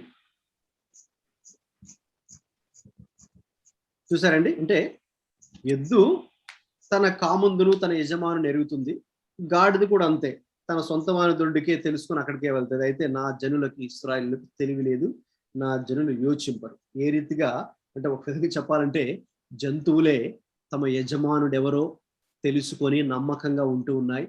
నా ప్రజలే వారి యజమానుడు ఎవరో తెలియక, వారి దేవుడు ఎవరో తెలియక ఆత్మీయ వ్యభిచారం చేస్తూ ఉన్నారు, విగ్రహారాధన చేస్తూ ఉన్నారు అని ప్రభు ప్రజల మరి దేవుని ప్రజల, మరి ముఖ్యంగా అక్కడ ఇశ్రాయేలీల తిరుగుబాటు స్వభావం గురించి మాట్లాడుతూ ప్రభు చెప్తున్నారు. ఓకే, సో ఎనివే ఇక్కడ మరి మనకు పర్సానిఫికేషన్ అంటే ఈ యొక్క హీబ్రూ పోయిటరీలో, హీబ్రూ మరి పద్య కావ్య గ్రంథ సాహిత్య శైలిలో మానవ పోలికలు వాడడం జరిగింది. వస్తువులకు, పశువులకు మానవ గుణగణములను ఆపాదించి చెప్పడం జరిగింది. సో ఇటువంటి లేఖనాలు కూడా మనం చదువుతున్నప్పుడు ఏ రీతిగా ఇంటర్ప్రిట్ చేయాలంటే, అది కూడా ఇంతకుముందు నేను చెప్పినట్టుగానే దాని యొక్క హార్ట్ మనం అర్థం చేసుకొని, నేచర్ అర్థం చేసుకొని, ఆ గుణగణాలు అర్థం చేసుకొని ఆ రీతిగా ఆపాదించి అర్థం చేసుకోవాలి. నెక్స్ట్ కూడా దీనికి సంబంధించింది. సో చదవండి ఎవరైనా మైక్ ఆన్ చేసుకొని. Number 4 anthropomorphism. ఓకే, ఆంథ్రోపోమార్ఫిజం అని అంటారు తెలుగులో మానవ గుణరూపము. మానవ గుణరూపం, దేవునికి మానవుల గుణగణములను అన్వయించుట. ఒకవేళ ఎవరైనా తెలుగులో రాసుకుంటున్న వాళ్ళు ఉన్నట్లయితే ఈ ఒక్క లైన్, చిన్న లైన్ రాసుకోండి చాలు. ఈ మానవ గుణరూపం అంటే అర్థం ఏంటండి అంటే, దేవునికి మానవుల గుణగణములు అన్వయించుట. ఇంత ముందుదేంటి? పర్సానిఫికేషన్, మానవ పోలిక వస్తువులకు, పశువులకు, పక్షులకు, జంతువులకు మానవ గుణగణములు ఆపాదించి చెప్పడం, అంటే వాటిలో గుణం ఏ రీతి ఉందో తెలియచేయడానికి. ఇప్పుడు ఈ 4వ పాయింట్ ఏంటంటే, ఆంథ్రోపోమార్ఫిజంలో మానవ గుణరూపంలో దేవునికే మానవ గుణగణములు అన్వయించి చెప్పడం లేక వ్రాయడం, కమ్యూనికేట్ చేయడం. మీకు ఎగ్జాంపుల్ చెప్తే అర్థమవుతుంది. ఉదాహరణకు ఎజ్రా గ్రంథము 8:31, మా దేవుని హస్తము మాతో ఉన్నది అని ఉంటుంది. మా దేవుని హస్తం మాకు తోడై ఉన్నందున అని సుమారు 6 సార్లు ఎజ్రా భక్తుడు అక్కడ రాసేటప్పుడు తెలియచేస్తారు. వాస్తవంగా మరి దేవుడు ఆత్మ కదా, ఆత్మకు ఎటువంటి రూపము లేదు కదా. మరి ముఖ్యంగా మనకున్నటువంటి 2 చేతులు లేకపోతే 2 కళ్ళు లాగా దేవుడికి లేవు కదా. మరి ఎందుకు అక్కడ దేవుని హస్తము? అక్కడే కదా చాలా చోట్ల దేవుని హస్తం అనే మాట ఉంటుంది, లేక దేవుని కుడి హస్తం అని కొన్ని చోట్ల, మరి ముఖ్యంగా లేక దేవుని పాదములు, లేక దేవుని కన్నులు, రైట్? ఇలాగా ముఖ్యంగా మనం ప్రకటనలు కూడా చూస్తూ ఉన్నాం ఏ రీతిగా ప్రభు యొక్క వర్ణన అక్కడ కూడా ఉందో, రైట్? సో ఇవన్నీ ఏంటంటే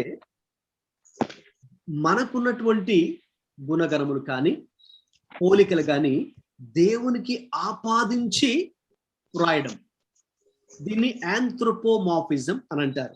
దీన్ని మనం చాలా జాగ్రత్తగా అర్థం చేసుకోవాలి. లిటరల్ గా మనం దీన్ని ఇంటర్ప్రిట్ చేయకూడదు. అక్షరాల దేవుని హస్తము అని మనం దీన్ని అర్థం చేసుకోకూడదు. సో దీనికి వెనుక హస్తం ఏం చేస్తుందో, హస్తం యొక్క పని ఏంటో, హస్తం యొక్క గుణము ఏంటో, ఆయన కుడి భుజము, కుడి అంటే ఆయన శక్తిమంతుడు, ఆయన బలవంతుడైన దేవుడు, ఆయనకు అధికారం కలిగిన దేవుడు, రైట్? సో ఆ రీతిగా దాని యొక్క అర్థాన్ని మనం గమనించి, మా దేవుని హస్తం మాకు తోడుగా ఉన్నందున, అంటే అక్షరాల దేవుని హస్తం వాళ్ళకు తోడుగా రాలేదు. ప్రభులో నుంచి తిరిగి వచ్చినటువంటి వారికి దేవుని హస్తము అలాగా, అంటే మనకు చేయులకు ఆ చేయి రూపంలో అలాగే రాలేదు. దేవుని సన్నిధి, దేవుని కాపుదల, దేవుని భద్రత, రైట్? మనకి ఏదైనా కంటి మీద ఏదైనా దుమ్ము పడుతుంది, లేకపోతే ఏదైనా లోపలికి వెళ్ళిపోతుంది, పురుగు వెంటనే మనం చేయి వెళ్తుంది కదండి, చేయాలి అలాగా మనం కాపాడుతాం, మన కంటిని కాపాడుతాం, మన కంటిని మనం భద్రం చేసుకుంటాం. ఏదైనా మన మీద పడుతుంది అనుకుంటే చక్కని మనం దాన్ని అక్కడి నుంచి తప్పుకోవడానికి మన అవయవాలు ఆటోమేటిక్ మనం తెలియకుండానే పనిచేస్తాయి. సో ఆ రీతిగా దేవుని భద్రత, దేవుని కాపుదల, దేవుని యొక్క శక్తి, దేవుని యొక్క నడిపింపు, రైట్? ఈ రీతిగా వాటికి ఆ సందర్భాన్ని బట్టి అర్థాలు వస్తాయి, ఏ వచనం అయితే మనం చదువుతున్నామో. సో కాబట్టి మానవ గుణరూపము అని గుర్తుంచుకోండి, ఆంథ్రోపోమార్ఫిజం. దేవునికే మానవుల గుణగణము అన్వయించుతాయి. చాలా మటుకు బైబిల్లో చూడండి. ఎందుకంటే ఇంకో విషయం కూడా, మనం దేవుణ్ణి దేవుడిగా చెబితే వర్ణిస్తే అర్థం చేసుకోలేమండి, రైట్? అయితే దేవునికి మానవ గుణగణాలు ఆపాదించి చెబితే అప్పుడు దేవుడు ఎవరో మనకు అర్థం అవుతుంది. ఉదాహరణకి బైబిల్లో మనకు దేవుడు మన తండ్రి, దేవుడు మనకు కాపరి అని ఉంది. ముఖ్యంగా యేసు ప్రభు గురించి 3 విషయాలు ఉంటాయి. యేసు ప్రభు మనకు, ఎవరైనా చెప్పగలరండి కాపరి గురించి ఏ విషయాలు ఉన్నాయి ప్రభు గురించి? యేసు ప్రభు మనకి ఎవరు? What kind of shepherd is he? ఎటువంటి కాపరైనా? మంచి కాపరి. మంచి కాపరి Good అండి, shepherd. యా, వెరీ గుడ్, మంచి కాపరి. నెక్స్ట్ ప్రధాన కాపరి, ప్రధాన కాపరి. ఇంకా ఇంకొకటి ఉంది మేబీ, నో ప్రాబ్లం. గొప్ప కాపరి, గొప్ప కరెక్ట్ అండి, కరెక్ట్ అండి. గొప్ప కాపరి. గుడ్, మంచిది, బాగా గుర్తుంచుకున్నారు. ప్రభు గురించి ఆయన కాపరి. కాపరిలో కూడా మళ్ళీ Good మంచి shepherd. కాపరి, గొప్ప కాపరి, ప్రధాన కాపరి అని ఉంది. ఓకే, సో ఇప్పుడు ఆయన వాస్తవంగా ఆయన Good shepherd. Great shepherd, cheap shepherd. Okay, thank you. Right. So వాస్తవంగా హూ ఇస్ జీసస్? యేసు ప్రభు ఎవరు? ఆయన దేవుడు, లేక దేవుని కుమారుడు, లేక త్రిత్వంలో రెండవ వ్యక్తి. రైట్. సో మనం అక్షరాలు తీసుకుంటే ఆయన కాపరేమీ కాదు, మనకు కాపరి కాదు. Right. Is God, God is God, అంతే. దేవుడు దేవుడే. అయితే మనం దేవుడు దేవుడే అని చెప్పినప్పుడు ఎలా అర్థం చేసుకోవాలి మానవులుగా? రైట్. మనకు ఎలా అర్థం అవుతుంది, లేక మనం ఆయనకి రిలేషన్ ఏంటి, ఎలా అర్థం చేసుకోగలము? So we can't personally relate ourselves with God. So that is why మనకు బైబిల్లో చాలా సందర్భాల్లో చూడండి, మనకు మానవుల గుణగణములు దేవుడికి ఆపాదించబడి చెప్పినప్పుడే మనకు అర్థమవుతుంది. కాపరి, ఓ ఆయన కాపరా. కాపరంటే మనకు తెలుసు, గొర్రెలకి ఏ రీతిగా ఎక్కడికి గొర్రెల్ని ఆయన నడిపిస్తాడు. గొర్రెలకి ఏదైనా మరి గాయం కలిగితే ఫస్ట్ ఆఫ్ ఆల్ గాయం కలగకుండా చూస్తాడు. క్రూర మృగాలు ఇవేవి వచ్చి వాటిని దాడి చేయకుండా కాపాడుతాడు, భద్రపరుస్తాడు, తన ప్రాణాన్ని అడ్డు పెడతాడు. ఒకవేళ అంతగా దాడి జరిగిన నడవలేని పరిస్థితులు ఉంటే మరి ఆ గొర్రె నడవకుండా పడిపోతే ఏం చేస్తాడండి? గాయాన్ని కడతాడు. నడవలేని స్థితిలో ఉంటే ఆ కాపరి, వాడు మంచోడైతే తన భుజాల మీద మోసుకుంటూ వెళ్తాడు. చక్కగా ఆ గొర్రెల దొడ్డిలో వాటిని కూడా రాత్రికాలము భద్రపరుస్తాడు. ఏది జరగకుండా అక్కడే కాపలా కాస్తాడు. రైట్. మీకు తెలుసు, మీరు మరి గొర్రెల కాపరిని చూస్తూ ఉంటే మీరు చూసే ఉంటారు. సో ఏ రీతిగా ఒక గొర్రెల కాపరి గొర్రెలు కాస్తాడు, వాటిని భద్రపరుస్తాడు. ఒక బాధ్యతగా చేసే జాబ్ అది కూడా, ఏదో ఆషామాషిగా కూడా కాదు కదా గొర్రెల కాపరి అంటే, కాదు. సో అలాగా ఇప్పుడు ప్రభువు కూడా మన కాపరి అంటే అది కూడా మంచి కాపరి. రైట్. దట్ మీన్స్ అంటే చెడ్డ కాపర్లు కూడా ఉంటారు, కేర్లెస్ గా ఉన్నవాళ్ళు, బాధ్యతగా లేని వాళ్ళు, నిర్లక్ష్యంగా ఉన్న వాళ్ళు, పోతే నాకేంటన్నట్టు కాదు, మంచి కాపరి. సో ఎప్పుడైతే మనం ఆ మాట విన్నామో ఆయన మనకు మంచి కాపరి అని, అప్పుడు మనము ఆయనతో మరి మనం కూడా ఒక సంబంధాన్ని కలిగి, ఓకే దేవుడు మరి కాపరిగా నన్ను ఆయన భద్రపరుస్తాడు, నన్ను ఆయన కాపాడుతాడు, నా యొక్క మరి మంచి చెడ్డలు ఆయన చూస్తాడు అనేది మనకు ఈజీగా అర్థమవుతుంది కదండి. మీకు కూడా ఇప్పుడు అర్థమవుతుంటది ఆయన కాపరి అంటే అర్థం ఏంటో. సో ఇదేంటి? వాస్తవంగా దేవుడు కాపరేమి కాదు, ఆయన దేవుడే. Right. God is God. But ఎందుకు ఈ కాపరి లేక తండ్రి లేక ఆయన మనకు సహోదరుడు అని ఉంటుంది. హెబ్రీ పత్రిక యేసయ్య మనకు సహోదరుడు అని ఉంటుంది. రైట్. యేసయ్య లేక ప్రధాన యాజకుడు అని ఉంటుంది. ఓకే. ఆయన కాబట్టి is God, is not a priest, is not high priest, but is like a high priest. So మనం అది చెప్పినప్పుడు ఆయన తండ్రిని మరి పోలిన వాడు. తర్వాత మరి ఎవరైనా కన్న తల్లి తన బిడ్డను మర్చినా ఉంటుంది కదా, యెషయాల వాక్యం ఉంటుంది కదా, అయినా అంటే తన బిడ్డ కన్నతల్లి బిడ్డను మర్చిపోదు. ఒకవేళ మరిచినా కన్నతల్లి మరిచినా నేను మరువను ప్రభు అంటాడు. సో వాస్తవంగా దేవుడు మనకు దేవుడే, కానీ తల్లి లాంటి వాడు, లేక ఈ లోకానికి సంబంధించిన తల్లి కన్నా మించినటువంటి వాడు. ఎందుకంటే కొంతమంది తల్లులు మరి వాళ్ళు చెడ్డ తల్లులు కూడా ఉన్నారు. పిల్లలని కనిన వెంటనే కూడా మరి చెత్తకుప్పల్లో కాలువల్లో మురుకాలు పడేసిన తల్లులు కూడా ఉంటారు. ఆ విషయం దేవుడు తెలుసు. కాబట్టి ఒకవేళ కన్న తల్లి మరిచినా పడవేసిన నిన్ను మరువనని ప్రభు చెప్పాడు. సో తల్లితో అక్కడ ప్రభు పోల్చడం జరిగింది. ఏ రీతిగా తల్లి కలిగిన గుణ లక్షణం కలిగి ఉంటుందో తండ్రి దేవుడు కూడా ఆ రీతిగానే అటువంటి లక్షణం కలిగి ఉంటాడు. సో కాబట్టి ఇది మానవ గుణ రూపము, యాంథ్రోపోమార్ఫిజం అని దైవజనులు, బైబిల్ పండితులు, బైబిల్ స్కాలర్స్ చెప్పడం జరిగింది. So when you read passages, verses like that, so you need to understand the character behind that attribute or the attribute behind that character. Okay నండి, ఆ వ్యక్తి చెప్పడం వెనుకున్నటువంటి విషయాన్ని మరి మనము గ్రహించాలి. ఓకే, ఇంకా బైబిల్ యొక్క భాషలో, పోయిటరీలో, లిటరేచర్లో ఎటువంటి విషయాలు ఉన్నాయి? నెంబర్ 5 ఎవరైనా చదవండి. Number 5. ఓకే, భాషీయము అన్నారండి దీన్ని. ఓకే, గ్రాంథిక భాషలో Idiom. ఇడియం. ఇడియం ఓకే, అంటే ఒక విషయాన్ని చెప్పడానికి ఒక ప్రత్యేకమైన రీతిలో దాన్ని చెప్పడం. A peculiar way of conveying, a peculiar way of saying something in a particular language. ఉదాహరణకి మనకు బైబిల్లోని తీసుకుంటే బ్రేకింగ్ ఆఫ్ బ్రెడ్, రొట్టె విరుచుట. ఓకే, లేక ప్రభురాత్రి భోజనమునకు బదులుగా రొట్టె విరుచుట అని ఉంటుంది. ఓకే, రొట్టె విరుచుట, బ్రేకింగ్ ఆఫ్ బ్రెడ్ అనేది ఒక ఇడియం, ఏ పెక్యులియర్ వే, లేక దాన్ని స్పెషల్ వే ఆఫ్, లేక యునిక్ వే అని చెప్పచ్చు, unique way of saying something. Okay, అది లాంగ్వేజ్ టు లాంగ్వేజ్ అది డిఫర్ అవుతుంటది, మారుతూ ఉంటుంది అన్నమాట. ఓకే, అందుకే మనకి తెలుగులో మీరు గ్రాంథిక భాషలో కొన్ని ఇలాంటి భాష్యములు కొన్ని ఉంటాయి. ఇంగ్లీష్లో ఈ గ్రామరు మీరు చదివేటప్పుడు ఇలాంటి idioms you will come across. లేకపోతే మీరు ఇంగ్లీష్ లిటరేచర్ కనుక చేస్తే ఎంఏ ఇంగ్లీష్ లిటరేచర్లో you will come across all this kind of things. ఇవన్నీ ఒక లాంగ్వేజ్లో ఒక పార్ట్ అన్నమాట, లాంగ్వేజ్లో పార్ట్. అందుకే చెప్పాలంటే ఈవెన్ నేను విన్నది ఏంటంటే ఎంఏ ఇంగ్లీష్ లిటరేచర్ చేసే వాళ్ళు కూడా, వాళ్ళకు కూడా ఎవరైనా క్రిస్టియన్ ప్రొఫెసర్స్ కనుక ఉంటే వాళ్ళు ఖచ్చితంగా చెప్తారు, ఈ ఇంగ్లీష్ లిటరేచర్ అంతా కూడా maximum it is derived out of the Bible. Okay, of course వాళ్ళకి అఫీషియల్ గా వాళ్ళ కోర్సులో దాన్ని చెప్పరు, కానీ ఎందుకంటే వాళ్ళు ఏవైతే నేర్చుకుంటారో లిటరేచర్లో, ఓకే ఇంగ్లీష్ లిటరేచర్లో, అవన్నీ కూడా ఆ టైప్స్ అన్నీ కూడా బైబిల్లో ఉన్నాయి.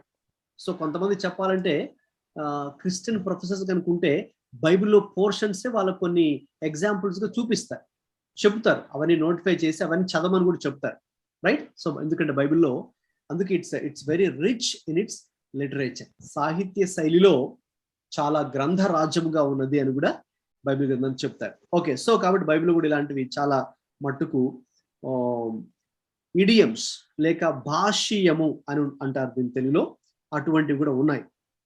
అంటే ఒక విషయాన్ని తెలియచేయడానికి ఒక ప్రత్యేకమైన శైలిలో, ప్రత్యేకమైనటువంటి రీతిలో దానిని చెప్పడానికి కొన్ని పదాలు లేక పదజాలములు ఉపయోగించడం జరుగుతుంది. అది ఒక టైప్. ఓకే, నెక్స్ట్ ఇంకా అలంకార భాష అంటే ఏమేమి ఉన్నాయి ఇందులో మనం చూస్తున్నాం కదా. 6వది ఏంటంటే దాన్ని యుఫెమిజం అని అన్నారు తెలుగులో. మృదు భాషాలంకారం, మృదు భాషాలంకారం. ఓకే ఓకే, దాని అర్థం ఏంటి అంటే కొన్ని వాటిని, కఠినమైన వాటిని మృదువుగా చెప్పడం, లేక భిన్నమైన రీతిలో ఉన్నటువంటి వాటిని దానిని అర్థము చేసుకోవడానికి సరళ రీతిలో చెప్పడం. Okay, so conveying something in a soft way or in a substitutory manner, అంటే ఒక విషయాన్ని చెప్పడం కోసం దానికి బదులుగా వేరొకటి చెప్పడం. Okay, the substitution. అది ఉదాహరణకి మనకు బైబిల్ కూడా చాలా ఎగ్జాంపుల్స్ ఉన్నాయి. అక్కడ మొదటి సమూయేలు 24:3లో సౌలు యాక్చువల్గా ఆయన దావీదును తరమడానికి ఒక ప్రాంతం నుంచి మరొక ప్రాంతానికి వెళ్తున్నప్పుడు ఒకానొక సందర్భంలో 3000 మందిని మనుషులు వెంట పెట్టుకుని ఆయన పలాని చోట దావీదు ఉన్నాడని విన్నప్పుడు వెళ్తాడు. వెళ్ళి చాలా మటుకు ప్రయాణం చేసి ఆయన బహుశా అలసిపోయాడేమో, ఆయన మరి తన కాలకృత్యాలు తీర్చుకోవడానికి, విశ్రాంతి తీసుకోవడానికి. ఓకే, సో ఆయన ఒక గుహలోకి వెళ్ళడం జరుగుతుంది. యాక్చువల్గా అదే గుహలోనే మరి యొక్క భాగంలో దావీదు ఆయన మనుషులు ఉంటారు. అప్పుడే దావీదు వచ్చి సౌలు యొక్క మరి ఆయన అంగీని కత్తిరించి వెళ్ళడం జరుగుతుంది. ఓకే, సో అప్పుడు సౌలు గురించి ఏమని ఉంటుందంటే ఆయన గుహలోకి వెళ్ళి తెలుగులో మరి దాని గ్రాంథిక భాషలో దాన్ని ఈ రీతిగా చెప్పడం. మొదటి సమూయేలు 24:3లో ఏముంటుందంటే సౌలు ఎందుకు వెళ్ళాడంటే ఆ గుహలోనికి, సౌలు శంఖానివర్తికి పోగా, శంఖానివర్తి అని ఉంటుంది, శంఖానివర్తి. So Saul went in to that cave to relieve himself. Okay, to relieve himself, to attend to the nature's call or to have some rest, physical rest. Okay, so కాబట్టి ఆర్ టు రిలీవ్ హిమ్సెల్ఫ్ అని కొన్ని versions లో ఉందన్నమాట. Okay, అంటే ఒక విషయాన్ని దాన్ని వేరొక రీతిలో సబ్స్టిట్యూటరీ మేనర్ లో చెప్పడానికి ఒక పర్టికులర్ భాష వాడడం జరుగుతుంది. మృదు భాష అలంకారము. సో దానిని శంఖావర్తిని అని ఉంటుంది. సో ఆయన అక్కడ కాలకృత్యాలు తీర్చుకోవడానికి కావచ్చు, లేక ఆయన కొంతసేపు అక్కడ విశ్రాంతిని తీసుకోవడానికి కావచ్చు ఆ గుహలోకి వెళ్ళినట్టుగా సౌలు మనం చూస్తాం. సో అక్కడ విషయం ఏంటంటే అది వాడబడినటువంటి పదజాలం గురించి మనం చూస్తూ ఉన్నాం. మృదు భాష అలంకారము. ఓకే, ఈ అలంకార భాషలో ఇది కూడా ఒక టైప్ అన్నమాట, మృదు భాష అలంకారం. ఓకే, నెక్స్ట్ 7వ పాయింట్లోకి వెళ్దాం. 7వ పాయింట్ టైం అవుతుంది. 7వది హైపర్బోలే, తెలుగులో అతిశయోక్తి. ఓకే, తెలుగులో మీరు తెలుగు మీద పట్టున్న వాళ్ళు లేకపోతే ఇంగ్లీష్లో అయినా ఓకే, ఈ యొక్క అలంకారములు కదండి, ఇవన్నీ ఈ యొక్క ఫిగర్స్ ఆఫ్ స్పీచ్ లో మనకు వస్తాయి అన్నమాట. హైపర్బోలే, అతిశయోక్తి అంటే ఎగ్జాజరేషన్ ఆఫ్ సంథింగ్, అంటే దాన్ని గోరంతను కొండంతగా చేసి చెప్పడం. మనం చిన్నప్పుడు స్కూల్లో కూడా నేర్చుకున్నాము తెలుగులో అలంకారంలో. గోరంతను కొండంతగా ఎత్తి చూపించే ఆ అలంకారమే అతిశయోక్తి అలంకారం అని అందరూ అని నేర్చుకున్నాం కదా చిన్నప్పుడు మనం. సో హైపర్బోలే. సో బైబిల్లో కూడా ఇలాంటివి కొన్ని అతిశయోక్తి అలంకారపు భాషలు వాడడం జరిగింది. ఉదాహరణకు యోహాను సువార్త 21:25 మీరు చూస్తే యోహాను యేసు ప్రభు చేసిన కార్యాల గురించి చెబుతూ ఒక మాట అంటాడు. యేసు ప్రభు చేసిన కార్యాలన్నిటి గురించి నేను గనక రాస్తే ఈ గ్రంథాలకు ఈ ప్రపంచంలో ఉన్న స్థలమంతా కూడా సరిపోదు అని ఒక మాట అంటాడు ఆయన. What is that? It's a hyperbole. అది ఒక అతిశయోక్తి అలంకారపు భాషలో చెప్పడము. యేసు ప్రభు అంటే అన్ని కార్యాలు చేశాడండి ఆయన, అన్ని బోధలు చేశాడండి ఆయన, ఇవన్నీ చెప్పడానికి అసలు నాకు ఈ ప్రపంచం అంతా సరిపోదు రాయడానికి అని చెప్పడం. దాని అర్థం ఏంటంటే ఆయన అన్ని అంటే ఆయన తక్కువ సమయంలో ఆ 3.5 సంవత్సరాల కాల వ్యవధిలోనే అంత అద్భుతమైనటువంటి, మరి ఒక విధంగా చెప్పాలంటే లెక్కకు మించినటువంటి కార్యాలు, అద్భుతాలు, సూచక క్రియలు, స్వస్థతలు, బోధలు ఎన్నెన్నో ఆయన చేశారు అని చెప్పడానికి ఒక అతిశయోక్తి అలంకారపు భాషలో దాన్ని చెప్పడం. ఓకే, ఈ అలంకారపు భాషలో అది కూడా ఒకటి. ఇంకా 2 ఉన్నాయండి, ఇవి 2 చూసుకొని మనం ముగించుకుందాం. ఓకే, ఐరనీ, పరిహాసము. తెలుగులో ఐరనీ, పరిహాసము అంటే expressing something in a sarcastic way అంటే పరిహాసము చేసే విధంగా, లేక అపహాస్యము చేసే విధంగా, లేక ఒక విధమైన ఎగతాళి చేసే విధానంగా మాట్లాడడం. ఇప్పుడు అది కామన్ కదండి, మన కాన్వర్జేషన్ లో కూడా చాలా మంది ఎగతాళి చేసి మాట్లాడడం, పరిహాసం చేసి మాట్లాడడం జరుగుతూ ఉంటుంది. అంటే దానికి భిన్నంగా చేసి మాట్లాడడం. మనకి బైబిల్లో కూడా కొన్ని ఎగ్జాంపుల్స్ ఉన్నాయి. 1 రాజులు 18:27లో మరి అక్కడ ఏలియా ఆ బయలు దేవతల గురించిన సంఘటన అక్కడ ఉంటుంది. మరి ఆయన ఏం చెప్తుంటాడంటే అక్కడ ఏలియా ప్రవక్త, బయలు నిజంగా దేవత అయితే మీరు గట్టిగా ప్రార్థన చేయండి, ఇంకా గట్టిగా అరవండి, ఇంకా గట్టిగా అరిస్తే ఆ బయలుదేవత వస్తుందేమో చూద్దాం. ఇప్పుడు మీరు అరుస్తున్నారు, ఒక వాల్యూమ్లో ఒక సౌండ్ చేస్తూ అరుస్తున్నారు, సరిపోదు అనుకుంటా, ఇంకా గట్టిగా అరవండి, ఇంకా గట్టిగా ప్రార్థన చేయండి, అప్పుడు ఏమో ఒకవేళ ఆ బయలుదేవత విని వస్తుందేమో చూద్దాం అని ఒక విధమైనటువంటి పరిహాసపు భాష. రైట్, అది కూడా ఉంది బైబిల్లో. ఎస్, అది కూడా బైబిల్లో ఉంది. సో దాని అర్థము మనము కాంటెక్స్ట్ బట్టి మనము చెప్పేయగలం దాని అర్థం ఏంటి అనేది. సో కాబట్టి అంటే దాని అర్థం వాళ్ళకి ఎంత గట్టిగా ఎంత అరిచినా ఆ బయలుదేవత రాదు అనేది అక్కడ తేలిపోయింది. ఓకే, సో కాబట్టి ఈ టైప్ ఆఫ్ లాంగ్వేజ్ కూడా ఉంది. ఇది కూడా అలంకారపు భాషలో ఇది కూడా పరిహాసము అనేది ఒక భాగం. ఐరనీ అనేది కూడా. రైట్, సో మనం దీని గురించి ఈ లిటరేచర్ గురించి చూస్తున్నాం కాబట్టి ఇది కూడా మనం చూస్తున్నాం. ఓకే, ఈ అలంకారపు భాషలో 9వ పాయింట్ చివరిది ఏంటి అంటే మెరిజం అని ఇంగ్లీష్లో ఉంది. దీనికి తెలుగులో వ్యతిరేకమైన 2 తలంపులు కూడి మొత్తముగా ఒకటిగా చెప్పడాన్నే ఈ మెరిజం అని అంటారు. ఏ substitution wear 2 contrasting ideas or extremes or opposites are used to express as a whole. 2 వ్యతిరేకమైనటువంటి భిన్నమైనటువంటి తలంపులను రెండుగా కలిపి ఒకటిగా చెప్పడం. అలాంటి ఎగ్జాంపుల్స్ కూడా మనకి బైబిల్లోనే ఉన్నాయి. ఉదాహరణకు కీర్తనలు 139:2 మనం చదివినప్పుడు అక్కడ కీర్తనకారుడు నేను ఎప్పుడు కూర్చునేది, ఎప్పుడు లేచేది, రైట్?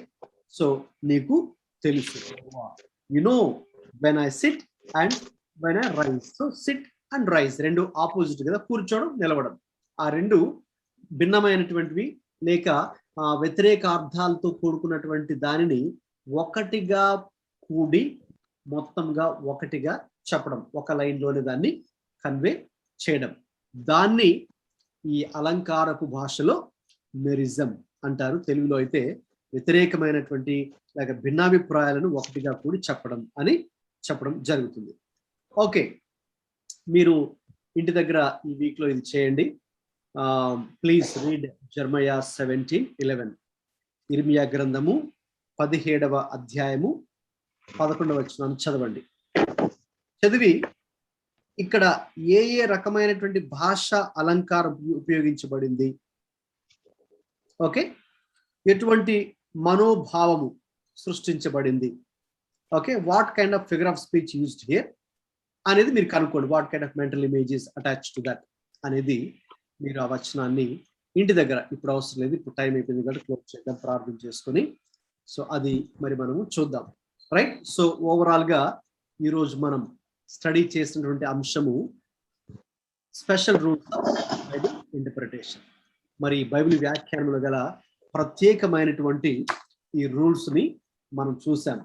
అది మొదటి రూల్ గత క్లాస్ లో స్టడీ చేసాం, అది పారబుల్స్, ఉపమానాలకు సంబంధించింది. ఈ దినాన్న మనం స్టడీ చేసింది ఆ రెండవ నియమం, రూల్, ప్రావర్బ్స్, సామెతల గురించి స్టడీ చేసాం.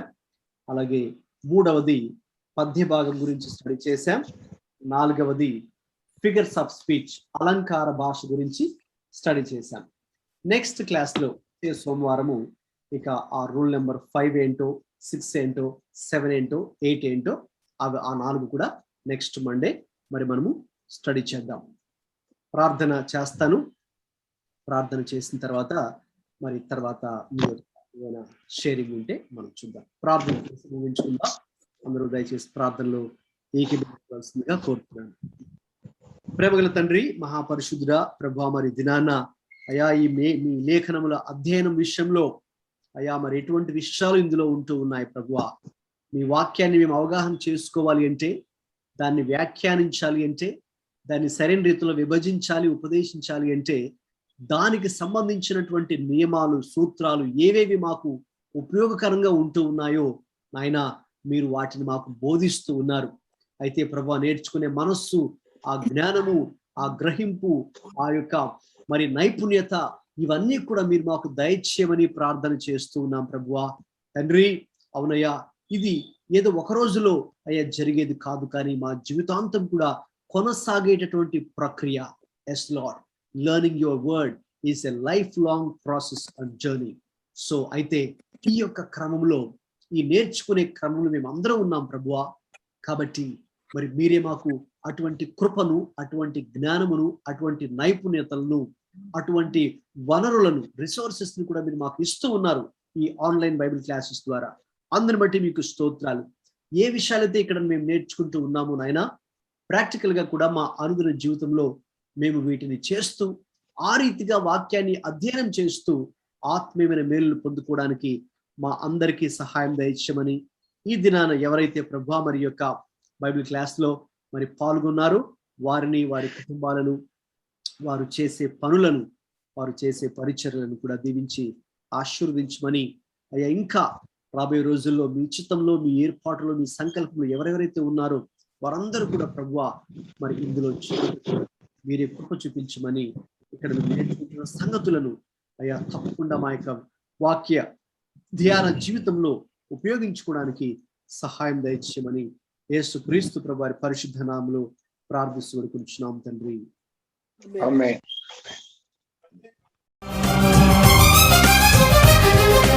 యేసులో సమృద్ధి జీవం, యేసులో సమృద్ధి జీవం, యేసులో